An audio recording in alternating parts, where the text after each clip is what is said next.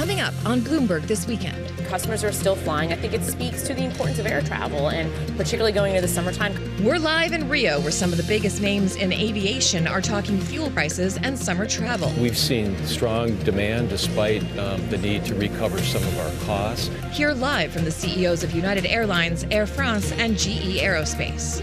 Plus, a threat to America's cattle industry, the new world screwworm.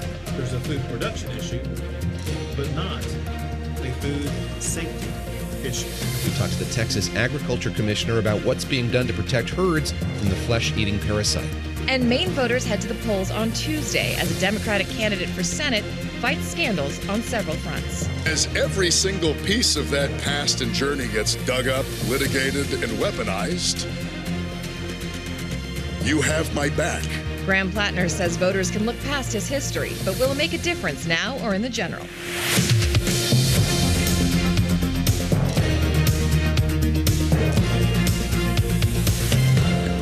You say Air France, I say Air I was France. just going to ask you, I say Air France. Should we say Air France? I would say Air France. All right, we can debate this over the course of the We're going morning. to stick with Air France for the rest of the day. Welcome to Bloomberg This Weekend, live from Bloomberg's World Headquarters in New York. I'm David Gura. I'm Christina Ruffini. We're here with Lisa Mateo. It is Sunday, June 7th. We want to welcome all of our listeners and viewers across our many Bloomberg platforms, radio, TV, streaming on Bloomberg.com, and of course, the Bloomberg Business app. A lot happening this morning, looking at kind of two fronts here. The story that connects them is similar, though. That's the conflict in the Middle East. The first has to do with oil, rising fuel prices. A huge issue as OPEC Plus meeting, the OPEC Plus meeting gathering begins today. And then there's this other meeting in Brazil, really fascinating as well. A lot of aviation CEOs are there. Right, because fuel prices are, the number one airline cost, how they're grappling with that, and how they're grappling with the fact that people just have less money to travel. But as we keep learning in our Bloomberg travel surveys, they still want to go. Still want to go someplace. We're going to go someplace. Lisa Mateo with the headlines on this Sunday morning. You got it. And this story still developing, guys. Police in Toledo, Ohio, they are still searching for suspects. This is after 12 people were shot at a busy street festival. Now we have Deputy Police Chief Joseph Heffernan. He says reports of shots fired came in just after 5:30 p.m. yesterday. Officers were quick to respond. They were right there when the shots were coming out. Appears as though there was at least two shooters. I think they were probably shooting at each other. Two of the 12 people shot are in critical condition. Police say they are following up on some leads. Officials have urged people who were at the festival to come forward with any photos or videos on their phones for any possible leads. Well, U.S. and Iranian forces continue to trade fresh attacks, with the U.S. shooting down Iranian drones and striking Iranian coastal surveillance radar sites. U.S. Central Command, they shot down 2 Iranian one-way attack drones that threatened international maritime traffic in the Strait of Hormuz. Meanwhile, the Trump administration is considering a plan to steer Iranian assets in the U.S. toward helping U.S. allies in the Persian Gulf rebuild from damage caused by Tehran. The release of $24 billion in frozen financial assets, well, that's been a sticking point for Iran, as well as a parallel ceasefire between Israel and Lebanon. Well, today, the 7 OPEC Plus countries will hold their monthly virtual meeting. Saudi Arabia, Russia, Iraq, Kuwait, Kazakhstan, Algeria, and Oman, they are set to review market conditions and establish production policy for July and beyond. It follows a previous agreement to raise quotas by 188,000 barrels per day in June. About 500,000 people, many of them young Spaniards, gathered in Madrid Plaza for an evening prayer vigil with Pope Leo on the 14th on Saturday. Now, the pontiff, he received a rock star's welcome as he began a week-long visit to Spain on Saturday. Leo, he's traveled to Spain dozens of times as a priest, but this is his first visit here by a pope in 15 years. Leo thanked the crowd for sharing the faith of all Madrid and also all of Spain. Gracias por estar aquí y gracias por compartir la fe con toda Madrid y con toda España. Now, after Madrid, the Pope will head to Barcelona and then the Canary Islands. Now, as you know, Pope Leo is from Chicago, so when asked what he thought about news of his beloved Chicago Bears possibly moving to Indiana, he responded, "That's out of my pay." David and Christina, he also asked who he'd be rooting for in the World Cup. I like this. And he did say, yes, I'm not sure if I'm going to have time to watch the games, but of course, I'm going to root for the U.S. Not Italy, because they're not in, right? Correct. Yes, that was a bit of a They're not in. controversy. Yes. See, look at All of the controversy, all of the sports knowledge. We rely on you. Oh, hush. Thank you, Lisa. You're my preferred co-anchor here at the desk this morning. All right, we're keeping a close eye this morning, as David mentioned at the top, on two important events. First, OPEC Plus leaders are set to meet in the next hour to discuss an increase in oil output targets, even though the Iran war is still keeping members of that group, many members of that group, for producing more. They're also dealing with a new reality. It isn't just about crude production, but as we near the 100th day of the Iran war, it is also about delivery. Meanwhile, airline execs are gathering in Brazil at a huge annual conference, and they are also focused on the consequences of this conflict in the Middle East, which of course has led to a spike in fuel prices and has dampened demand for international travel.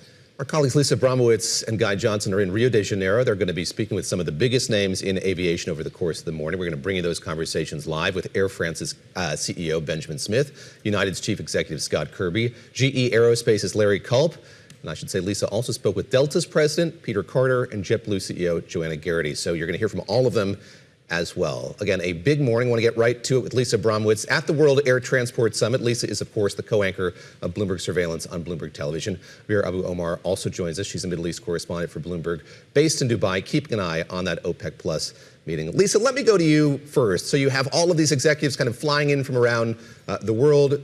As we said at the top of the show, front of mind is this conflict in the Middle East, how long it's going to last and the fallout from it. Give us a vibe check first, if you could, on the beaches of Rio. What are these executives saying about the state of their industry today and the prospects for it here in the months ahead? Honestly, surprised that it hasn't been actually worse. They've seen demand really holding in, accelerating into the summer. Summer is expected to be incredibly busy. They talk about how there's been resilience in terms of demand, even as they've increased prices to offset higher fuel costs. It's been almost surprising resilience. And this, to me, is sort of the heart of the issue. And David, we've experienced this across the board economically. Why hasn't it been as painful as people said it would, right? People said if it dragged on this long, it would be a real problem. We talk about the potential for people to pull back because costs are getting higher. They're not doing that. In fact, you're seeing people just invest even more in premium travel because that is where a lot of the demand is coming. And when I ask people, is it just coming from the well-heeled travelers, the K-shaped economy? They say no, it's throughout the entire cabin. So here's my question. Ultimately, is this a structural change post-pandemic? We all just want to travel more, experience more, and we're willing to pay more for that than, say, investing in our homes or physical things? Or is this really indicating the resilience of the overall economy, and not just in the U.S., but globally? Regardless of what some of the naysayers have been talking about, it speaks to potentially the other side of the coin, which is the inflationary input and the reason why it can be so sticky. I also want to ask you, you alluded to this a little bit, but at the start of the conflict, we were warned, in Europe especially, that they were running out of jet fuel, right? This was an impending, really bad situation, and then it kind of didn't happen. This week, Air Canada and Lufthansa said, essentially, we're good, book your vacation, don't worry about it. What happened there?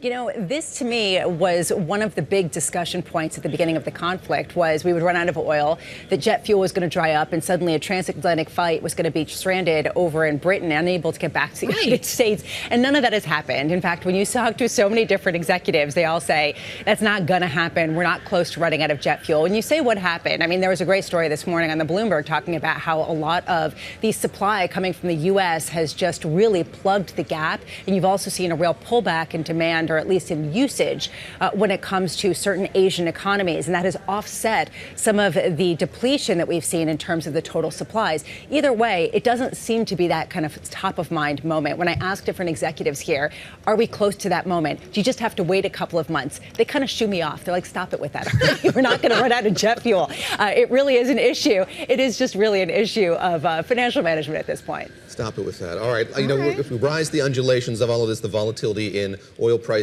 and fuel prices and gas prices, we have the president weighing in on this as well. Of course, he's faced a lot of blowback here domestically because prices have continued to rise higher and higher as this conflict has continued. Let's take a listen to what he had to say on Friday about the cost of fuel. But I will say, people thought it was going to be a lot worse. You know, today I looked at $96 a barrel. People thought that was going to be $300 a barrel. And in the meantime, we're having great success with Iran. Great success with Iran there at the end. We can talk about that later in the show, the degree to which that's true. But Abir, let me turn to you as we see this meeting getting underway, these OPEC Plus nations meeting, thinking about the cost of oil, thinking about their production targets. Of course, oil, a global market here. The president, I think, rightfully sore over the fact that, you know, the U.S. produces so much and yet is certainly has to deal with the fact that this is a global price. What can we expect out of this meeting today? Often these meetings are short, virtual. We want more than we get out of them. What are you expecting to see today? Good morning. So look, I mean, we don't hear on the details until at least a few hours after the meetings take place. But this one is particularly special because it's the first one that is happening with the UAE not being a part of it. Now, the United Arab Emirates did leave the OPEC Plus alliance in a surprise move last month because it wanted to achieve its own supply goals, right? What we know about the UAE is that it was producing about 3.8 million barrels in 2018. It wants to take up those goals to about 5 million barrels. So what the OPEC alliance or what the OPEC Plus alliance has to answer for this time is not necessarily whether it could supply or not, because they do have the capacity to supply. The big question this time, and because of the war in the Middle East and the closure of the Strait of Hormuz, is whether they can deliver those oil barrels across the world, right? So what we've seen for countries like Saudi Arabia, which is the biggest producer in the region, is it was successful in sort of diverting away the oil barrels that it produces through the Red Sea and not the Strait of Hormuz. And so it's been successful at sort of getting those delivered. But again, the big question for the alliance this time around, and what really makes it different, aside from the fact that the UAE is not a part of it, is it's not as much a supply question and whether that can be achieved. It's more of how can we deliver those oil barrels physically? And so that is what we're waiting for. That is what we are expecting out of the meeting. Some delegates have told us over the past week that there is some positive news that they're expecting, especially in terms of the supply and increasing that production and production levels across the 7 members that are part of the alliance. Abir, you addressed the price impact of UAE and how it's going to impact the market. But UAE was one of the members of OPEC that could actually scale up. That's not the case. Some of them are already producing pretty much at capacity. But I'm wondering what the kind of the psychological impact of UAE leaving this alliance is. If you think it could have a knock-on effect for other nations, and how the Saudis are trying to hold this together. Look, so that's a very good question, right? Because we reported as well when the UAE left that the reason for the UAE leaving was motivated by some political reasons as well. We have been hearing about the UAE wanting to leave the alliance for a few years now, but it took this time, this opportunity, when there are massive disruptions in the region, to leave it. So there could very well be a psychological sort of effect in the alliance and during this meeting that is going to take place in the next hour or so. But I guess the main thing that those countries are looking at is making sure that oil prices stay reined in. We're seeing Brent at about $90 a barrel. Now, I've been speaking to a lot of oil analysts over the past week, well, over the past 6 months or so. But the main thing that they're pointing out is, yes, on paper, oil prices are at around $90 a barrel. That is the paper price. But the actual price of those barrels could be at around $150, $160 in the market. So that is something that they're keeping an eye on. That is something that they're trying to rein in. And that is what Saudi Arabia has said it chooses to look at. Also respecting the fact that the UAE will do what the UAE wants to do for its own sovereign interests. Christina, one of the perils of working here is colleagues go to these places like Rio. Some are going to go to Evian in France in a few weeks. We're not upset about it I'm at going all. to see that. I'm going to be envious. It's going to make me think about my own personal travel, needing to book trips. I'm at that point. Lisa, I turn to you on this. Yes, to express my envy that you were there on the beaches of Brazil, but also to say, I think there are a lot of consumers trying to do what I'm talking about, figure out their plans for the summer, worried about prices. And I know that already you've spoken with some airline executives about this, the way that these rising prices, rising fuel prices are maybe impacting the way that consumers are looking at tickets. What have you heard thus far on the ground in Brazil? Yeah, and David, before you get too jealous, as you can see, the beaches of Rio behind me. They're somewhere. I know they're somewhere, Lisa. So don't get too excited for 1 second. They are somewhere, but they are not at this moment where we are currently. But you're absolutely right. We are hearing from a number of different executives that, clearly they're passing prices along. And as Abir was saying, and it's a really good point, the physical jet fuel price is very different than the paper market. So what they're having to pay is considerably higher. Take a listen. I spoke to Jetblue CEO as well as the president of Delta. Let's take a listen to what they had to say. Is very challenging. We're passing on about 40% of the cost of fuel right now within the ticket price, which isn't great. Obviously, you want customers to really see affordable air travel, but we're seeing demand strong. We're hoping it keeps up through the summer into the end of the year. With the 40% increase to customers, are you seeing any pushback, or are people pretty okay with it, and does demand kind of hang in there? I think everybody understands, given the current environment where fuel prices are, that airfares are going to be a bit higher. Since 2019, before the fuel crisis, airfares, really hadn't kept up with the cost of inflation, and so there's a little bit of catch-up happening, and then you add the increased fuel price on top of things, and I think we've got to make sure that we're covering our costs. How much have you been able to pass along the increases in price from fuel to consumers? I mean, has it been pretty easy? Have you been surprised at how little pushback you've gotten? Our consumer is resilient. We really focus on the premium customer. And, roughly 40 to 50% of the increase in fuel costs we've been able to recapture through pricing, which really becomes about 10 to 15% on the price of a ticket. So flying is still affordable. That was the CEO of JetBlue as well as the Delta president. As you heard there, very much resilience because, David, just like you, everybody wants to get to the beaches of Rio or incredible far-flung places where they can vacation. They're willing to pay up for it. One notable factor to me is we've gotten all these upside surprises in economic data, particularly in the United States, the labor market report on Friday in particular. All of this resilience and strength just really feeds with that, and it continues to surprise people how much the economy just keeps chugging along. Yeah, Abir, I know you and I were just texting. You also have a very fun vacation coming up that I will not out on television because I promised I wouldn't. But before we let you go, I do want to ask you a non-OPEC question because CBS News and others are reporting that the U.S. Treasury Department is planning to use Iranian assets to help Gulf allies recover from this conflict. I'm wondering how that's likely to be received in the region, and what assets are we talking about? Frozen funds, seized oil tankers, or is it all TBD? Yeah, so we still don't know for sure what assets the Treasury was referring to. But look, I guess to some varying degrees, the Gulf countries, there's 6 of them, they will respond differently, right? And bear in mind that these are incredibly rich countries with so much buffers in their reserves.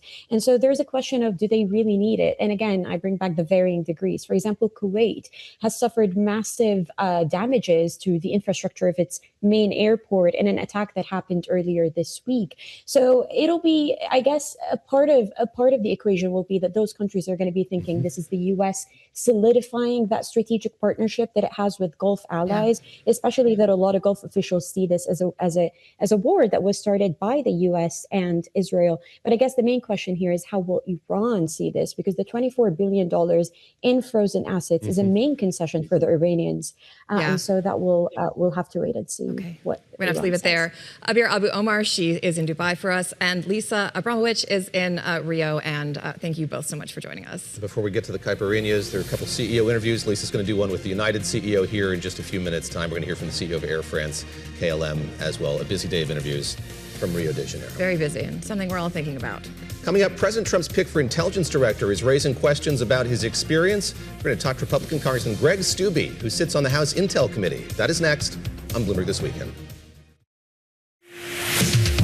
Thank you for joining us live on Bloomberg This Weekend. I'm Lisa Mateo. Let's get you up to date on today's top stories. Defense Secretary Pete Hegseth will use a D-Day anniversary speech at the Normandy American Cemetery in France on Saturday to appear to link immigration by the sea to the wartime liberation of Europe. He warned that freedom won by Allied troops could prove temporary if leaders fail to defend it.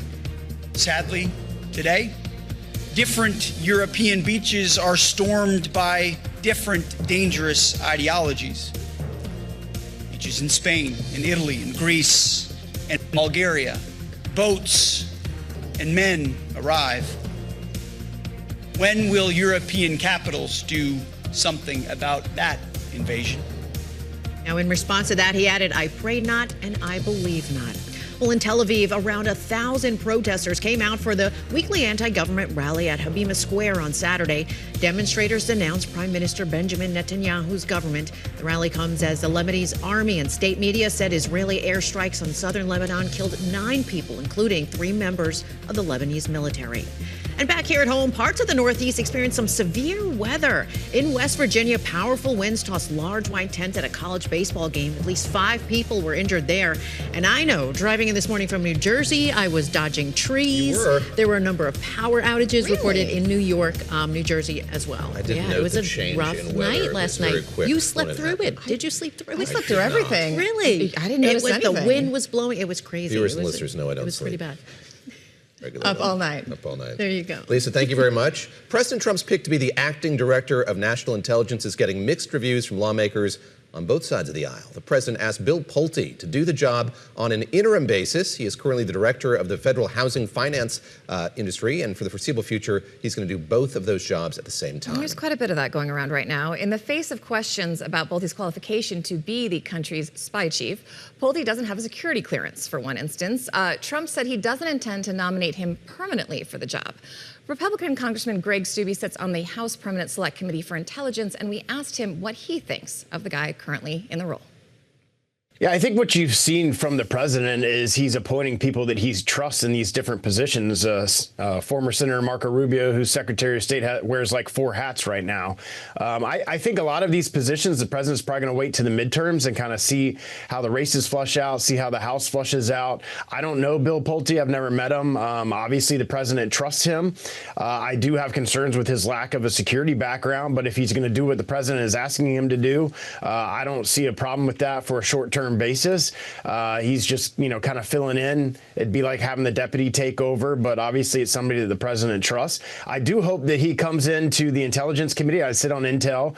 If he's going to be there for a period of time, he should come into the committee, introduce himself, give us an opportunity to get to know him and ask him questions about how he's going to take over and transition from Tulsi and what that's going to look like from the DNI perspective. I go back to something that you just mentioned. That is, Marco Rubio served on the Senate Foreign Relations Committee, had a background in national security and foreign policy. Bill Pulte doesn't have that background. Unclear if he even has a security clearance. How much pause does that give you when you say you're comfortable with him being there on an interim basis? How long is the right amount of time as you see it? When do you think this needs to be filled permanently? Well, like I said, he needs to come in and talk to the committee. I don't know him. I imagine a number of the members of the committees don't know him. I certainly would hope that the people that take these different positions have an intel background. Most of the people that sit on the committee have an intel background. It's kind of a unique skill set. It takes people that have worked in that world before, because obviously everything that we deal with is classified. So that's obviously something that would be good for that person to have that type of background. I'm not saying he can't do the job. I just don't know his capabilities, which is why I think it's really important for him to come in, introduce himself to the Intel Committee, and open it up for an opportunity for members to get to know him a little bit and talk about how he's going to transition from Tulsi's leadership for the past year and a half into however long he's going to be there and what that looks like. I want to go back to something else you just said, which is you're referencing Marco Rubio wearing multiple hats. And it does feel like there are fewer and fewer people in that national security apparatus advising the president, because, as you said, he is appointing people he knows previously and trusts and asking them to expand their portfolios. Are you at all concerned that the president is appointing people who will say yes to him and he's not getting enough honest opinions from these loyal soldiers that are close to him on some very important national security issues? No, I mean, Marco, obviously, and the president have a history from when Marco ran against him previously in a presidential race. I've known Marco Rubio since he was running for the U.S. Senate and I was running for the state house almost 16 years ago. So I have a lot of faith in Marco. Obviously, the president does too, which is why he's appointed him to different positions. There's a lot of staff in the National Security Advisor in the National Security Council. So you have a lot of people that are probably there that are operating as a National Security Advisor and then advising Marco, who's advising the president. So those different positions have a fair amount of staff that work underneath them that can support those roles. So, we haven't had a national security advisor since Waltz left and went over to the UN. So, again, it hasn't obviously affected the performance of the administration. Hegseth's been able to operate just fine on the Department of War, and same with Marco. I also want to ask you, President Trump told the Wall Street Journal that he told Bill Pulte to start firing kind of culling intelligence community employees. There is some bipartisan support for making that DNI office a little bit smaller, a little more streamlined. Do you support that effort? Do you think that's a good idea, or do you think this is not the time to be cutting intelligence officers, given that America is at war with a couple of friends, but mainly Iran? Well, when Tulsi came in, she started that. Obviously, when you have a transition of administrations, you're going to have an exodus of individuals that don't believe in what the administration is doing, and there is a lot of non-confidence in our intelligence community because of the spying on Trump's campaign, on all of the things that they did with Russia, the collusion hoax, and all of the things that happened. So anybody that was affiliated with any of that, obviously the president and this administration is not going to want that. I don't want that. I don't think there should be people in our intelligence apparatus that are using policy or politics to go after certain candidates. That's not the purpose of the IC. And if those people need to be cleaned out, I fully support doing that. I know we want to talk a little bit here about legislation that's passed and legislation that's coming to the House in the coming days. So let me start there. We had the Senate pass this funding for immigrations and customs enforcement, Customs and Border Patrol as well. Big package, $70 billion. That's now going to the House. What's your sense of the timing there, and is that a bill that you're intending to support? Well, yes, I 100% support it. The House has passed 4 bills to fund all of DHS. It's crazy that we've had to go through reconciliation just to fund CBP and ICE. I was hopeful that we could vote on that on Friday after it came over, but I guess there wasn't enough time to do that, and there were members that were traveling. That's the biggest challenge in the House right now is attendance. You've got several members that are running for the U.S. Senate or governors, and in primaries, South Carolina is on Tuesday. You got 2 members in the House that are running in that race, so attendance becomes a challenge. I hope we can pass that as soon as we get back next week, either Monday or Tuesday, but obviously the whip operation is going to have to ensure that we have enough people there to get it out. I 100% know it'll pass. We just need to make sure that we have more Republicans present than Democrats. I think that'll pass on a straight party line vote. You worried about Tom Keene Jr., where he is? I mean, you're talking about the importance here of having a full caucus for these votes. Have you gotten any indication of when he's coming back and where he is and what's going on? I don't know him that well. I think I've met him once or twice. Yes, that is an absolute concern of having, we have like a 2 or 3 vote majority. And when you have people like Massey who vote against most of the rules, obviously you have a 1 or 2 vote majority. So if you have people absent, and if you look at the vote totals, the Dems have people absent too, but not as much as we do. It greatly affects our ability to pass bills. So just having people there is very important. So hopefully we'll have at least somewhat full attendance. I would imagine every Republican is going to vote for the ICE and CBP reconciliation bill. And as long as we have the votes there, they'll bring that up as soon as they can. I hope we can get it out by Tuesday to get that to the president's desk. One of the things that didn't make it into that bill was some language kind of precluding this $1.7 billion anti-weaponization fund from the DOJ. The acting attorney general has said that they're not going to pursue that anymore, but the president said he's not sure it's dead yet and he's going to talk to the lawyers. What is your take on that? Would you support language precluding that fund from happening, or would you support that fund from going forward? So there's been a fund at the DOJ for years that has done this. Like I read an article where like Carter Page and Peter Strzok, who used and weaponized the intelligence community to go after President Trump, got awarded because they went after their text messages or something. So this is a fund that's been around for a while. But it hasn't been used to quite this capacity. And this, the original plan was to set up, these panels that would decide how to distribute this. It seems like that has gone away. But would you support it if it came back in principle in this form? Well, like I said, it's been in place for a long time. The administration has it's just gotten rebranded. So unfortunately, we're not even going to get the opportunity to look at that because it wasn't able to get through the Senate. But I think that having some type of fund to be able to help people who have been a victim of weaponization by the federal government is absolutely something that we should look at and support. But there's not the votes in the Senate. I doubt there's the votes for the House. It became a very political issue after Trump kind of rebranded it, and it became this January 6th thing, which wasn't, in my understanding, the intent. It was anybody that was a victim of weaponization, whether it was through the IRS, whether it was through the DOJ, whether it was through any of these different agencies. So it sounds like it's dead because it's not in the Senate bill, and I don't see it getting resurrected because of the political fallout that's come. Last question just about Iran. We keep hearing from the president that we're close to a deal. Then we kind of are in this position where we're waiting to see what happens. Iran's pushing back on that. Help us understand how you're looking at the prospects of a deal coming together, because you're on the intel committee, as we've discussed. You have insight into sort of what Iran is thinking and doing, what we know of what they're thinking and doing. You hear what the president's saying. How do you square both things, and where do you see this going from here? Well, I served in the Middle East. I served in Iraq in 06 and 07 in the Army. And I will tell you that you cannot believe anything the Iranians tell you. You have to look at what they're doing. Even if they sign an agreement, even when they signed the horrible deal that gave them billions of dollars that they weren't going to go after a nuclear a warhead, they still did it. And they wouldn't allow inspectors in. They violated the agreement. So you have to look at what actions they're actually taking, not what they're saying, because what they're saying is not ever the case. So that's the challenge that the administration is dealing with, is if they say that they're going to do something, then they don't do it. How do they react to that? I mean, obviously, the world wants this to get resolved and wants peace, but at the same time, even Barack Obama and Biden didn't want them to get a nuclear weapon. So even Democrats agree that that can't happen. So we have a president that finally has the courage to take that on. But again, you can't believe what they're telling you to do until they're actually going to do the actions that require on the agreement. Congressman, I know you're short on time, but before you let you go, you said the JCPOA was a horrible agreement. We have some colleagues here at Bloomberg who've done an analysis of what was in that agreement and what has been proposed, what we know of what has been proposed from the White House. They're pretty similar. Can you tell me one thing that you think President Trump is going to get out of the Iranians that wasn't in that first deal? Well, the first is giving them billions of dollars.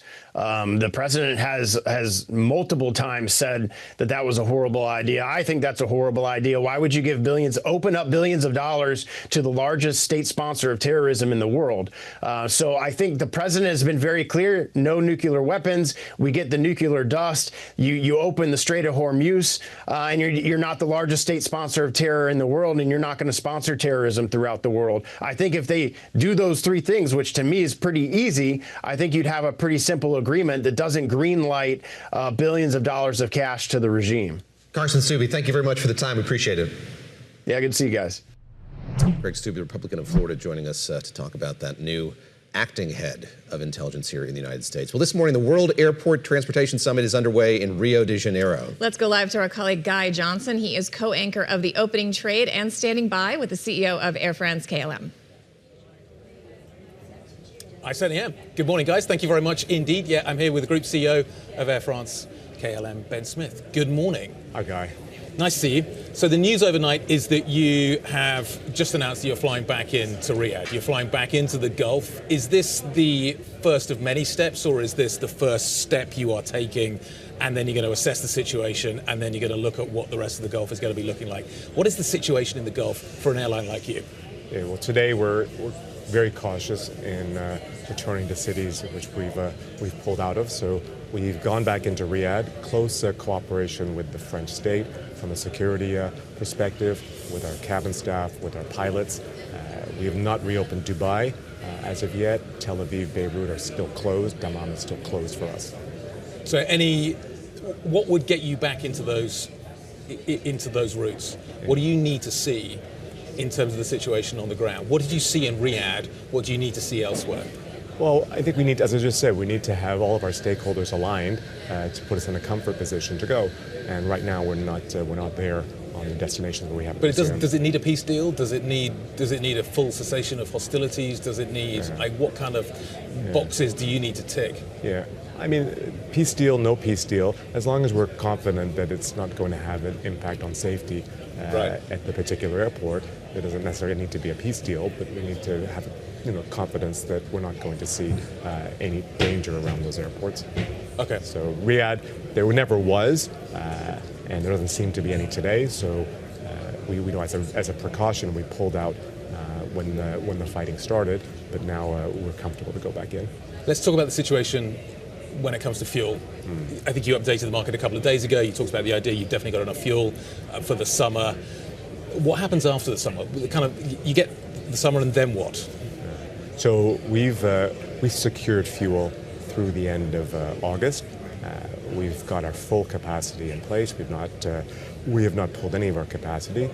It's a little unfortunate that a lot of customers are still not confident that there'll be enough fuel. So we're seeing a late booking environment. A little, people are booking a little closer than we've seen in the past. As far as the fall goes, or the winter goes, it's a bit too early for us to make a decision on how much capacity we keep in the market. Okay, just in terms of that messaging you've had to deliver. At the beginning of the war, there was this fear that there wouldn't be enough jet fuel.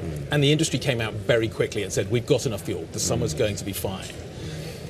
If fuel went up significantly from here, say in July or August, you see a big spike in fuel, are you effectively guaranteeing that all the routes that you're committing to now, you are going to fly? I'm going to get there and I'm going to get home. Well, first off, if the fuel significantly spikes, we're going to have to raise ticket prices to compensate for that. And when you raise ticket prices, there'll be less demand. So the need for the full capacity that we had planned is probably not going to be the case. So how we balance that out with the availability of fuel, the price of fuel, the willingness for customers to pay, we'll see how that. So you might consolidate some routes. With that, is there a plan if fuel went up further you would change maybe some of the current routes, the frequencies, kind of where you fly, maybe the overlap between Air France and KLM changes. Is there a plan in place if fuel goes sharply higher from here to kind of consolidate within the group? Sure. I mean, our companies are old, our global brands, and a lot of experience in adapting.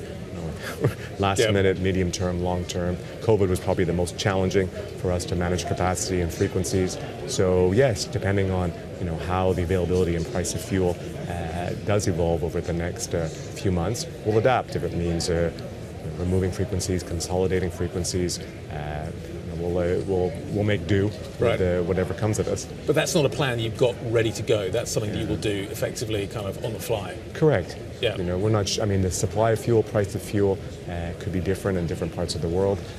So to guess what's going to happen, it's pretty difficult to do that. But airplanes can move around relatively easy and quickly. Yep. We've managed to do that over the last few weeks, where we've taken some capacity other parts of the region in our network and started to use it on routes overflying the Gulf, where there's been a lack of capacity. Yep. So to Southeast Asia, as an example, where a big part of the European traffic was going via the Gulf.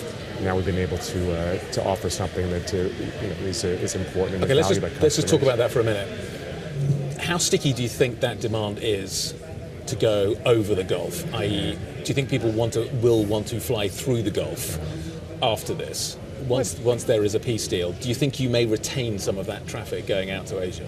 Well, I think it's another example of how dependent Europe is and European customers are on flying over the Gulf to destinations that I think could support more nonstop service. With an unlevel playing field, you've got companies that are based in the Gulf that have been able to attract a big portion of the European demand via the Gulf. So when full capacity comes back in the Gulf, I would expect some, is it 5%, 10% of customers that, in the past would have flown over the Gulf to prefer to fly nonstop. But the Gulf carriers are going to be, our expectation is they're going to want to get their full capacity in place as quickly as possible. The talk is there's going to be a massive price war once they come back. Tim Clark's going to want his capacity back at Emirates. For sure. So you ready for that? What does that look like? Look, the three Gulf carriers plus Turkish, they're extremely aggressive. That's not new for us. Yeah. As I said, without a level playing field, we're not flying nonstop to many of the routes that, under a normal scenario where there would be a level playing field, that would be able to support. So this is not going to be a surprise to us. Okay. Just back to the issue of pricing and demand. Will the consumer take much more? The story post-pandemic has been that I'm going anyway. I don't care what the price is. I'm going to fly at the front of the plane. Demand has been very strong. Yes. If prices get pushed much higher from here, does that still apply? Are you confident that the pricing won't affect demand? What are you expecting to happen? Well, we're pleasantly surprised that demand is holding. Paris is still a very attractive destination. Amsterdam is still a very attractive hub to flow over. Yeah. So what we're seeing on the bulk of our network is strong demand, predominantly in the premium cabins. And we're not seeing customers avoid the trip. Sometimes, as I said, they're booking a little closer in, but demand is very strong. Let's talk about M&A. Okay. Let's talk about EasyJet. So EasyJet, for those that know, is a low-cost carrier based in Europe. Castle Lake, we understand, has made an approach. The details of it remain sort of fairly opaque at this point in time. You have some experience in working with them. We've obviously seen what the SAS deal did and how you manage that process. Air France was the first name that came to mind when I heard that they were involved. Okay. You came to mind. Any conversations with Castle Lake? Any interest? Are you in any way involved in this process? What's happening? No, so we're not involved. Is there any interest? It's not something we've given much thought. I mean, EasyJet is it's a very impressive airline. They've had a fantastic, I would say, history in how they've developed. They've got some great positions, in Geneva, London Gatwick, etc. So it's very attractive, and their market cap is low. So it's no surprise to us that there's a party or there's a group that's looking at at buying them or buying a portion of them. Not a surprise to us. Castle Lake is an excellent private equity firm as well. We had and we still have a great experience with them in SAS, as you've just said. Yep. So it's not surprising to us, but we're not involved in this transaction. But your sense would be that the market is undervaluing that business right now, undervaluing the slots in Geneva and places like that, undervaluing the slots that they have for Airbus aircraft in Toulouse. Your sense is that is being undervalued at the moment, hence why we're seeing the interest. Well, the slot portfolio is quite impressive. Yeah. The number of slots they have at Gatwick. I mean, they've got some new slots at Linate that they gained through, the remedy slots that Lufthansa had to give up with their purchase of ITA. And even what they have at Orly in Paris is we're a little uncomfortable with the position they have in Orly. So it is impressive. So if Castle Lake came to you, you're sounding like you would be. You think this could be an interesting opportunity. If they came and wanted to talk to you, you pick up the phone. Oh yeah, for sure. Yeah, and I would expect all of our competitors to do the same. Okay, but yeah, I don't think IAG would work very well. But I could see Air France maybe working. Do you expect the call? Do you think they're going to come to you? I don't know. I mean, I think you have to ask that question to Castle Lake. Feels like it's a fairly early stage in the process. I think so. I think so. Ben, it's great to catch up. Yeah, thanks, Guy. Really appreciate it. Thanks you very much indeed for spending some time with us today. Ben Smith, the Group CEO at Air France-KLM. Thank you very much. Back to you guys in the studio. Thank you very much, Guy. Appreciate that interview. And a couple of headlines that stood out to me there. We have Air France kind of looking at the rising cost of fuel, as you would expect here, and the CEO noting there that if fuel continues to spike, they would have to raise prices. I thought the conversation there about the prospects of maybe an acquisition or deal with EasyJet, fascinating. The CEO emphasizing they're not involved in deliberations with that. And then talking about the need to be adaptive at this moment stood out to me as he talked about, obviously, the conflict in the Middle East, how that might change their efforts to get more capacity to South Asia as well. This is a fluid scenario, fluid time for CEOs. And what happens like if and when those routes open back up and those Mideast competitors come roaring back, and what that means for their business and competitive capacity? I would also like to point out, our colleague, Guy Johnson, says Air France. So yes, all right, two to one. You gave me a hard time. I'm sticking with Air France. But we right will now, ask Lisa Mateo what she says when we go to her next for the headlines. Lisa Mateo. You got it. Thank you, guys. Let's get right to it. So today's top stories. Right now, former Cuban President Raul Castro, he appeared for the first time in public since he was indicted by the U.S. Justice Department. He attended a ceremony a day after his 95th birthday on June 3rd. Now, he was joined by Cuban President Miguel Diaz-Canel, as well as a number of government officials and high-ranking military officers. Diaz-Canel told the crowd Raul is Cuba and you don't touch Cuba. Now, he also spoke out about threats to Cuba by the U.S. during an oil blockade that is bringing the country on the verge of collapse. Castro formally retired from politics in April 2021, but still serves as general of Cuba's Revolutionary Armed Forces. He also has a seat in the National Assembly. North Korean state media has released pictures of leader Kim Jong-un visiting a missile production facility and calling for more than doubling the country's missile production capacity. The images have not been independently verified, but KCNA, it says the visit took place on Saturday. It comes a day before Chinese President Xi Jinping is expected to arrive in Pyongyang for his first foreign trip this year and his return to North Korea since 2019. Well, Kentucky Derby winner Golden Tempo can add another title to his name. The horse came from behind the back of the pack to win the 158th rendition of the Belmont Stakes. Golden Tempo's trainer, Cherie DeVoe, became the first woman to train a Kentucky Derby winner and is now the second in 4 years to do so at the Belmont Stakes. Well, to the French Open right now, where Russian teenager Mira Andreeva, well, she became the youngest youngest player to win the women's singles title since Monica Seles in 1992. The 19-year-old Grand Slam champion, she beat Polish qualifier Maja Shawalinska, nailed it in the final. Now today, Alexander Zverev plays Flavio Cobolli in the men's final. All right, PGA tournament continues at Murfield Village Golf Club in Dublin, Ohio. Now, at the top of the leaderboard, JT Poston.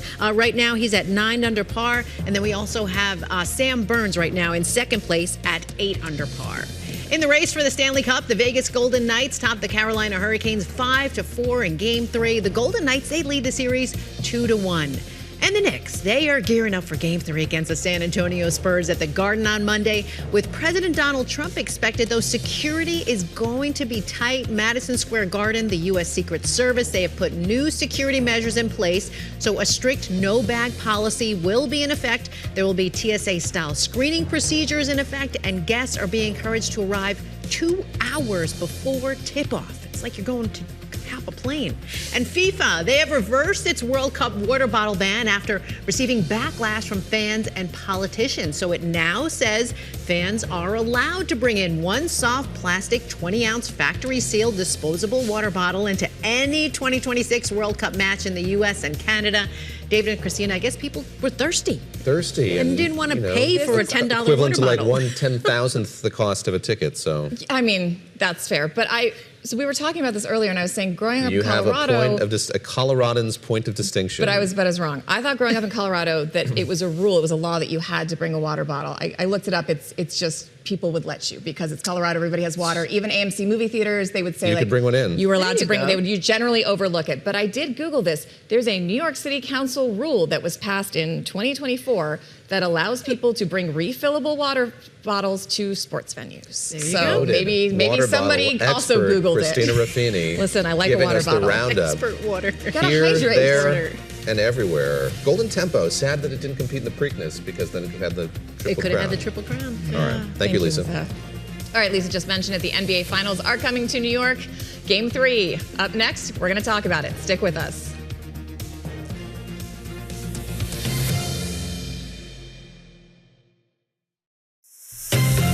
Welcome back to Bloomberg This Weekend. I'm David Gura alongside Christina Ruffini. And the 2026 NBA Finals are in full swing. The New York Knicks leading the San Antonio Spurs 2-0, while both teams are competing for the ever-so-prized Larry O'Brien Trophy.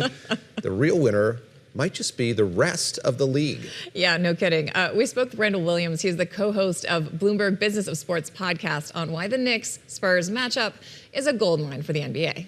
You have the league's biggest market, and then you have potentially a global superstar at a level that the NBA probably hasn't seen before. You know, you think about the superstars over the last 30 years, Michael Jordan, LeBron James, Kobe Bryant, Steph Curry, and many more. All of them are American. So what happens if the face of the league wins a championship against the biggest market, one of the biggest brands in all of sports? It could have tremendous ramifications for the league going forward and for Victor Wembanyama specifically. Talking about Wemby, I'm curious when you look at him kind of in complement with a Brunson or a Towns. This is a big moment for them as well. Yes, they're more than household names, widely known, but how does this stand to kind of bolster their standing and the prospects for them getting bigger and bigger deals going forward? Sure. I would say for Wemby in particular, the world is his oyster if he wins a championship. Like if he closes out this series at MSG, so it'd be great if they finish in San Antonio, but at Madison Square Garden for potentially a Game 6, or it's impossible for him to close it out at Game 4. He's going to be the biggest superstar that I've seen in a very, very long time. In comparison to Karl Anthony Towns and Jalen Brunson, they are instantly in New York glory. Like that's the bottom line, is that they will never have to pay for a meal, no matter the borough, no matter the restaurant. Everybody is going to be loving on them. We always make fun of me because sports ball is definitely not my category here. We're working on sports ball. And David was saying, like, you don't have to say Wembanyama. It's like, even I know that name. Like, that is a name that even I'm familiar with as like a non-avid fan. What kind of reach does he have when it comes to brand endorsements in a way that we haven't really seen from all those American-based players you were mentioning before? What do you think his like market cap is going to be when you look at who's interested in backing him?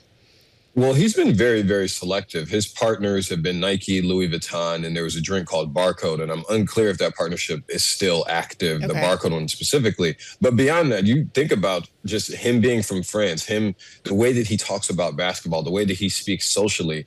He is a brand's dream come true because he's going to want to do the commercials. He'll wear the apparel. And so I think he's going to decide what he wants to do. A lot of times when players come into the NBA, the brands, they flock to them and they say, hey, who do you want to join, or do you want to join our team? And then they get to choose. But they're not always the A-listers.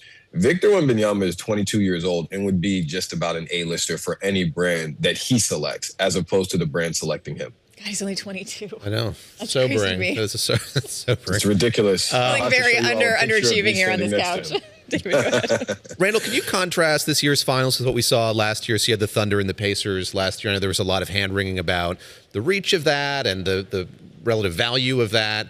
How did that pan out, and how does it compare to what we're seeing this year?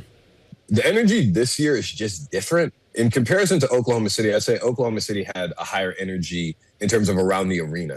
But much of the conversation was about ratings. People were worried about the NBA and whether people were going to watch and how many people were going to tune in. And this is despite having a $76 billion media deal. The finances of the NBA are perfectly fine. But this year, even being around league personnel, the teams themselves, there's just energy. And don't even get me started on New York. I am absolutely worried about what the city is going to look like on Monday. San Antonio is excited, but of course, when you lose game one, it's a lot less exciting. I will say, obviously, I'm new to the city, but I do think people have collectively lost their minds. I mean, all my doormen are like wearing Knicks shirts underneath their things. This is the tip Everybody of the in my iceberg. building, some guy in my building whom I don't know, but overheard a conversation where he was wearing like a shirt, a sleeveless Knicks jersey, and he works in finance. And he's like, oh, I'm wearing this to work today. They can come at me. Like, I'm so excited, 100%. But to that point, is there any concern about the backlash about how much these tickets are costing? Because these are the folks who have been Knicks fans for the longest. Absolutely not. They deserve to go. No, they don't care. They don't care. No, I'm not the person who's paying for them. I'm blessed enough to have a media credential to where I get to sit in the third level. But what I would tell you is that the Knicks there has not been a NBA Finals game at Madison Square Garden since 1999. Now, there are two teams that primarily play there, the Rangers and the Knicks, of course. But when you think about why is that arena there, it's there for the Knicks. And for the Knicks not to have been at the peak of the basketball event, the championship, for a quarter century, that's a very, very big deal. And so there's these season ticket holders that have been holding on to them for a very, very long time. They thought they were going to get to the NBA Finals last year, and they didn't. Now they're there. And when every single time the Knicks win, the prices are going to go up. And so I think the peak moment right now is going to be Game 3 for MSG.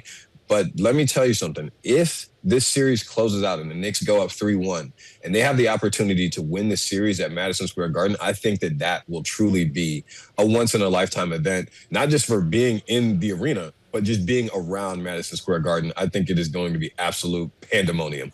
I hear the wait list to get just a ticket for the watch party is incredibly long, just to stand outside to watch it on a big screen. Randall. I guess I'll find a sports bar. Find a sports bar. Okay. Randall, great to talk to you. Thank you very much. Thank you all for having me. On the subject of sports bars, Lisa, you going to watch this at home? You going to watch it at a bar? You going to go out? No, I'm going to watch it at home. Okay. Some people are superstitious. You? When no, you watch we sports? are superstitious. You are? Yes. Yeah. We have to be in the same place. Oh, okay. When I watch, I do like to go to a bar. You want to be amongst fellow fans. I like to watch people's fans anyway. Yeah, I like to watch. I like to watch the reactions. I can get vicariously excited about sports ball. I can do it. Excited. We're gonna. I can do it. Lisa said they have tiny dog jerseys for the Knicks. That would get me excited. I'm going to pick it up for you. It's the cutest. It's tiny. All right, so cute. I'll put Brutus in a jersey. I'll get in the spirit. Jersey. Listen, the city is very, very excited. It's hard not to join in that excitement. I will say. We're coming up on 8 a.m. in New York City. Our live coverage from the World Air Transport Summit continues next. Stick with us.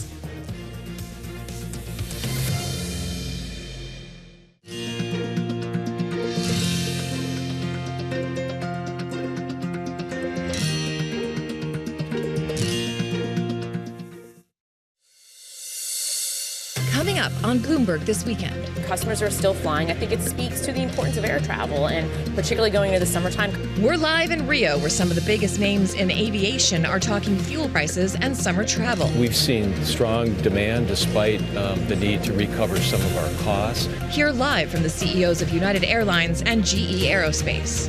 Plus, a threat to America's cattle industry, the new world screwworm. There's a food production issue, but not a food safety issue. We talked to the Texas Agriculture Commissioner about what's being done to protect herds from the flesh-eating parasite.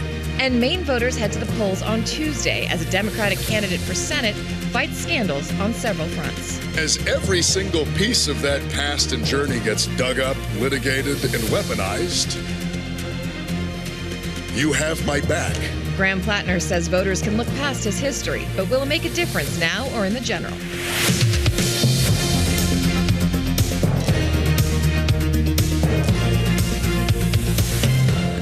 Welcome back to Bloomberg This Weekend. It is 8 a.m. here in New York, home of the Knicks, where we are broadcasting live from Bloomberg's World Headquarters. I'm Christina Ruffini. I'm David Gura, alongside Lisa Mateo. We are bringing you the latest breaking news, reporting, analysis live this morning and every Saturday and Sunday morning as well. Christina, the story very much the Middle East, but we're approaching it from two kind of different angles, complementary angles. OPEC Plus meeting getting underway, and then this summit of airline officials, executives, aviation officials as well. We're going to hear from the makers and manufacturers of some planes as well. Right, because it's all interconnected, and these are two big industries that, of course, impact each other and all the rest of us. And we're going to see what else is happening in the news this morning. We're going to start off with Lisa Mateo and the headlines. You got it. And this story still developing. 12 people were shot at a busy street festival in Toledo, Ohio last night, and police remain on the hunt for the suspects.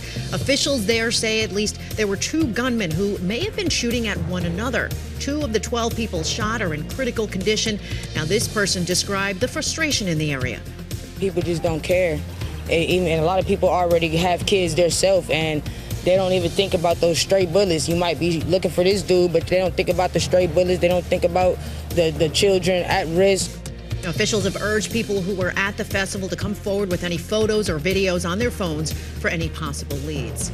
Well, U.S. and Iranian forces continue to trade fresh attacks, with the U.S. shooting down Iranian drones and striking Iranian coastal surveillance radar sites. Meanwhile, the Trump administration is considering a plan to steer Iranian assets in the U.S. toward helping U.S. allies in the Persian Gulf rebuild from damage caused by Tehran. The release of $24 billion in frozen assets has been a sticking point for Iran, as well as a parallel ceasefire between Israel and Lebanon. Well, today, the 7 OPEC Plus countries will hold their monthly virtual meeting. Now, they're set to review market conditions and establish production policy for July and beyond. It follows a previous agreement to raise quotas by 188,000 barrels per day in June. Now, any decision made by OPEC Plus directly influences the base cost of the crude oil used to refine aviation fuel. Well, Jetblue says it has about to pass on about 40% of the cost of fuel, but despite that, consumers are still flying. Bloomberg's Lisa Abramowitz spoke with CEO Joanna Garrity at the IATA annual meeting in Rio de Janeiro.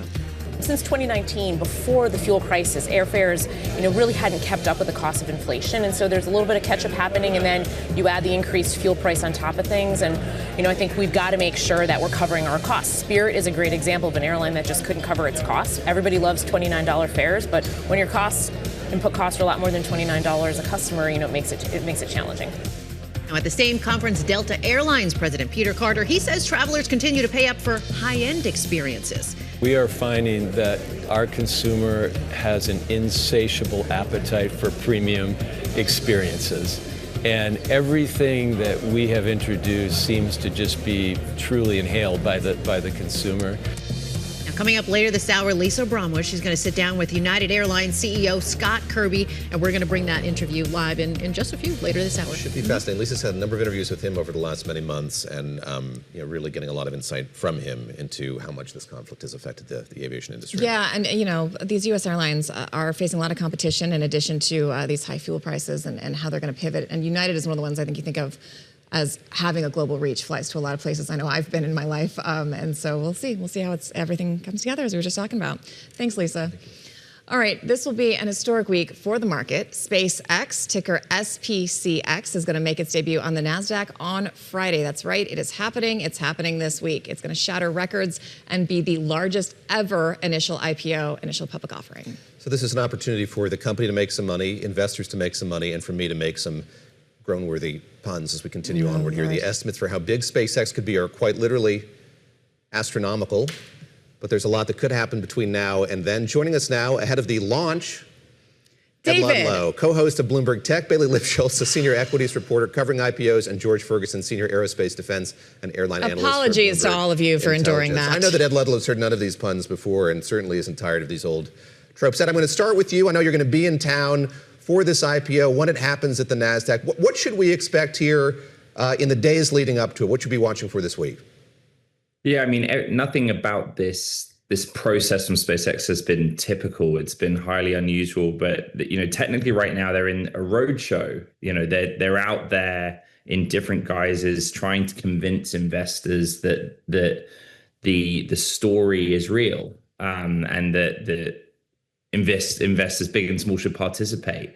It's what you call a roadshow, right? And I think, the reason that Bailey and I in particular are kind of scratching our heads is that SpaceX took this step of almost pre-pricing the IPO very early before the roadshow had even started, which gave us all these large numbers that we have. And that's not how that usually works. So what they're trying to get as the net result, I think, is worthy of debate. So Bailey, walk us through that. Do you expect that pricing to be about where estimates are right now? What happens with the IPO process in the next couple of days? Who's able to buy it? And then what are the rules for being listed on these different indexes? I know the S&P 500, especially, there's been some controversy there. Yeah, so basically what we reported on Friday is that they already have enough orders, quote unquote, to fill the book. That doesn't really mean a lot, but that basically says they already have more than $75 billion of demand. So what we'll be tracking over the next few days is how large does that number grow? Bankers are going to be courting some of the largest institutional investors and obviously working around the world to see how much demand they get from individual and retail investors. So they'll build out that book as it plays out in the coming days. That number will only get larger. And with that fixed price at $135 a share that Ed mentioned, the company kind of as of now is calling its shot. Yes, they have the flexibility to essentially refile with any number. They could bring out a range. They could increase the number of shares. Structurally, they are allowed to do that in the coming days leading up to Thursday.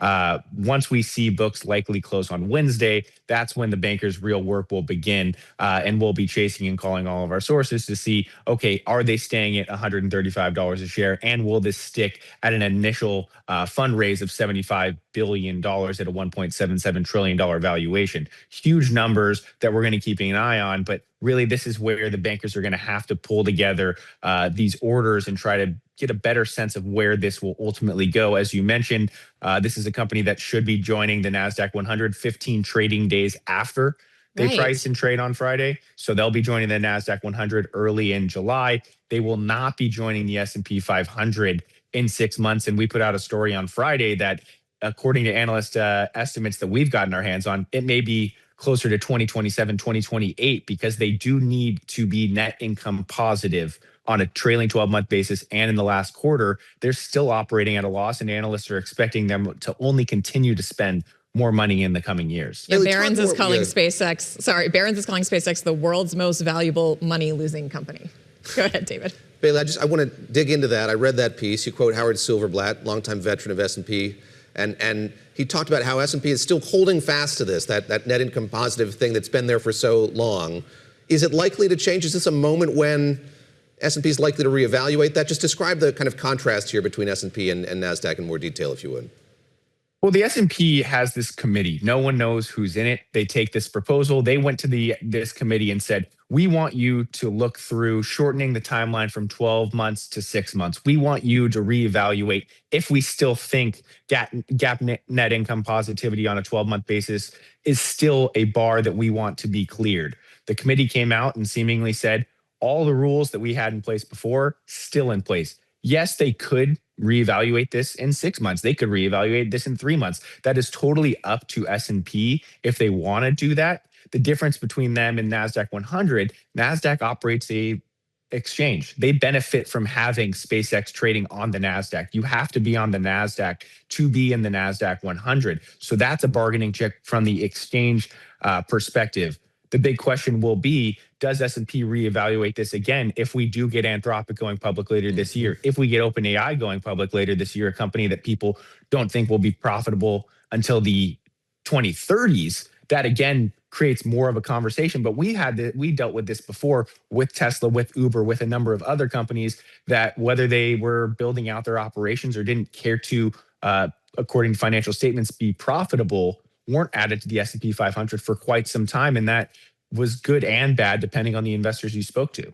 All right, George, we've talked about the money. We've talked about the markets. Talk to us about the nuts and bolts of this actual company. What is your take on this new era of the public-private space race and how you think SpaceX, Blue Origin, but especially SpaceX, how that impacts the aero defense industry, especially in light of China and even, these alliances between India and Japan and other countries trying to get in on this?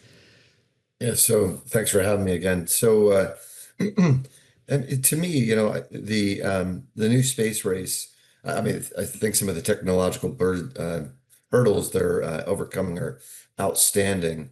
As a aerospace defense geek, it's very exciting. But I don't see the business case here as much as even I think before we saw the public filings. So, excuse me.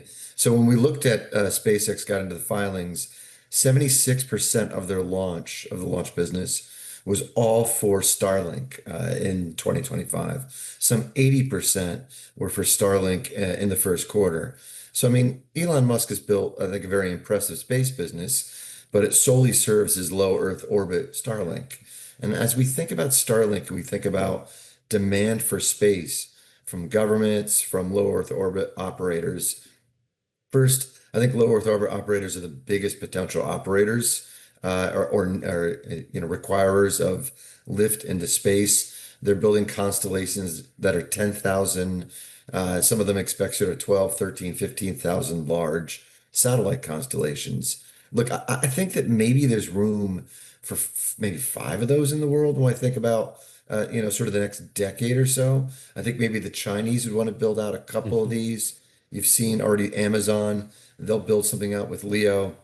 They're far behind, but they'll want to lift that with Blue Origin.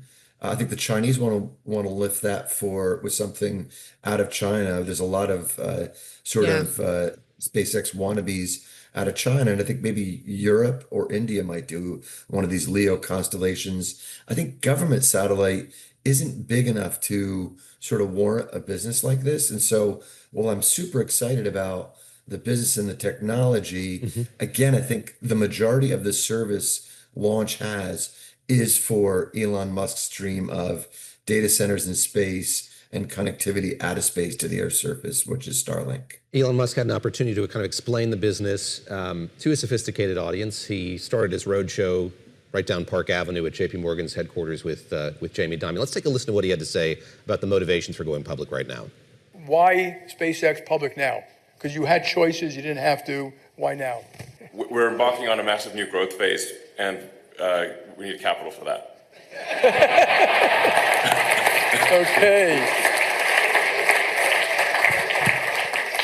Okay, number 2. Another thing is the revenue. I also feel pretty good about the revenue projections. Before, revenue was a little unstable. Ed Ludlow, the laughter there audible probably to you all the way across the country in California. But let's drill in on what George was talking about just a moment ago here. That is, there is concern about this conglomerate going forward. We've talked about that on the show with you before, Ed, the fact that this is not just a rocket business or a satellite business. There's a huge AI component. There are these wild aspirations for data centers in space and millions on the moon and Mars.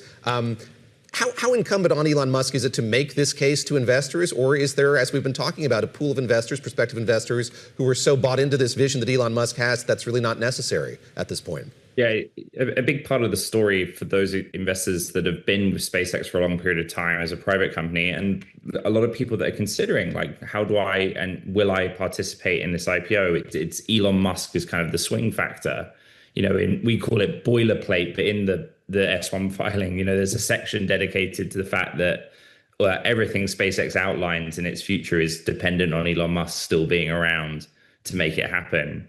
But the reason that SpaceX is going public is that they need to raise capital at a level that only an IPO can facilitate, really. Private markets have been very willing and supportive of OpenAI and Anthropic, and SpaceX has done things a little bit differently, where they've tended to allow employees to sell shares. And in that process, SpaceX bought back shares, but they never raised money through that mechanism. It's just really a liquidity practice. So that's all kind of jargony market stuff.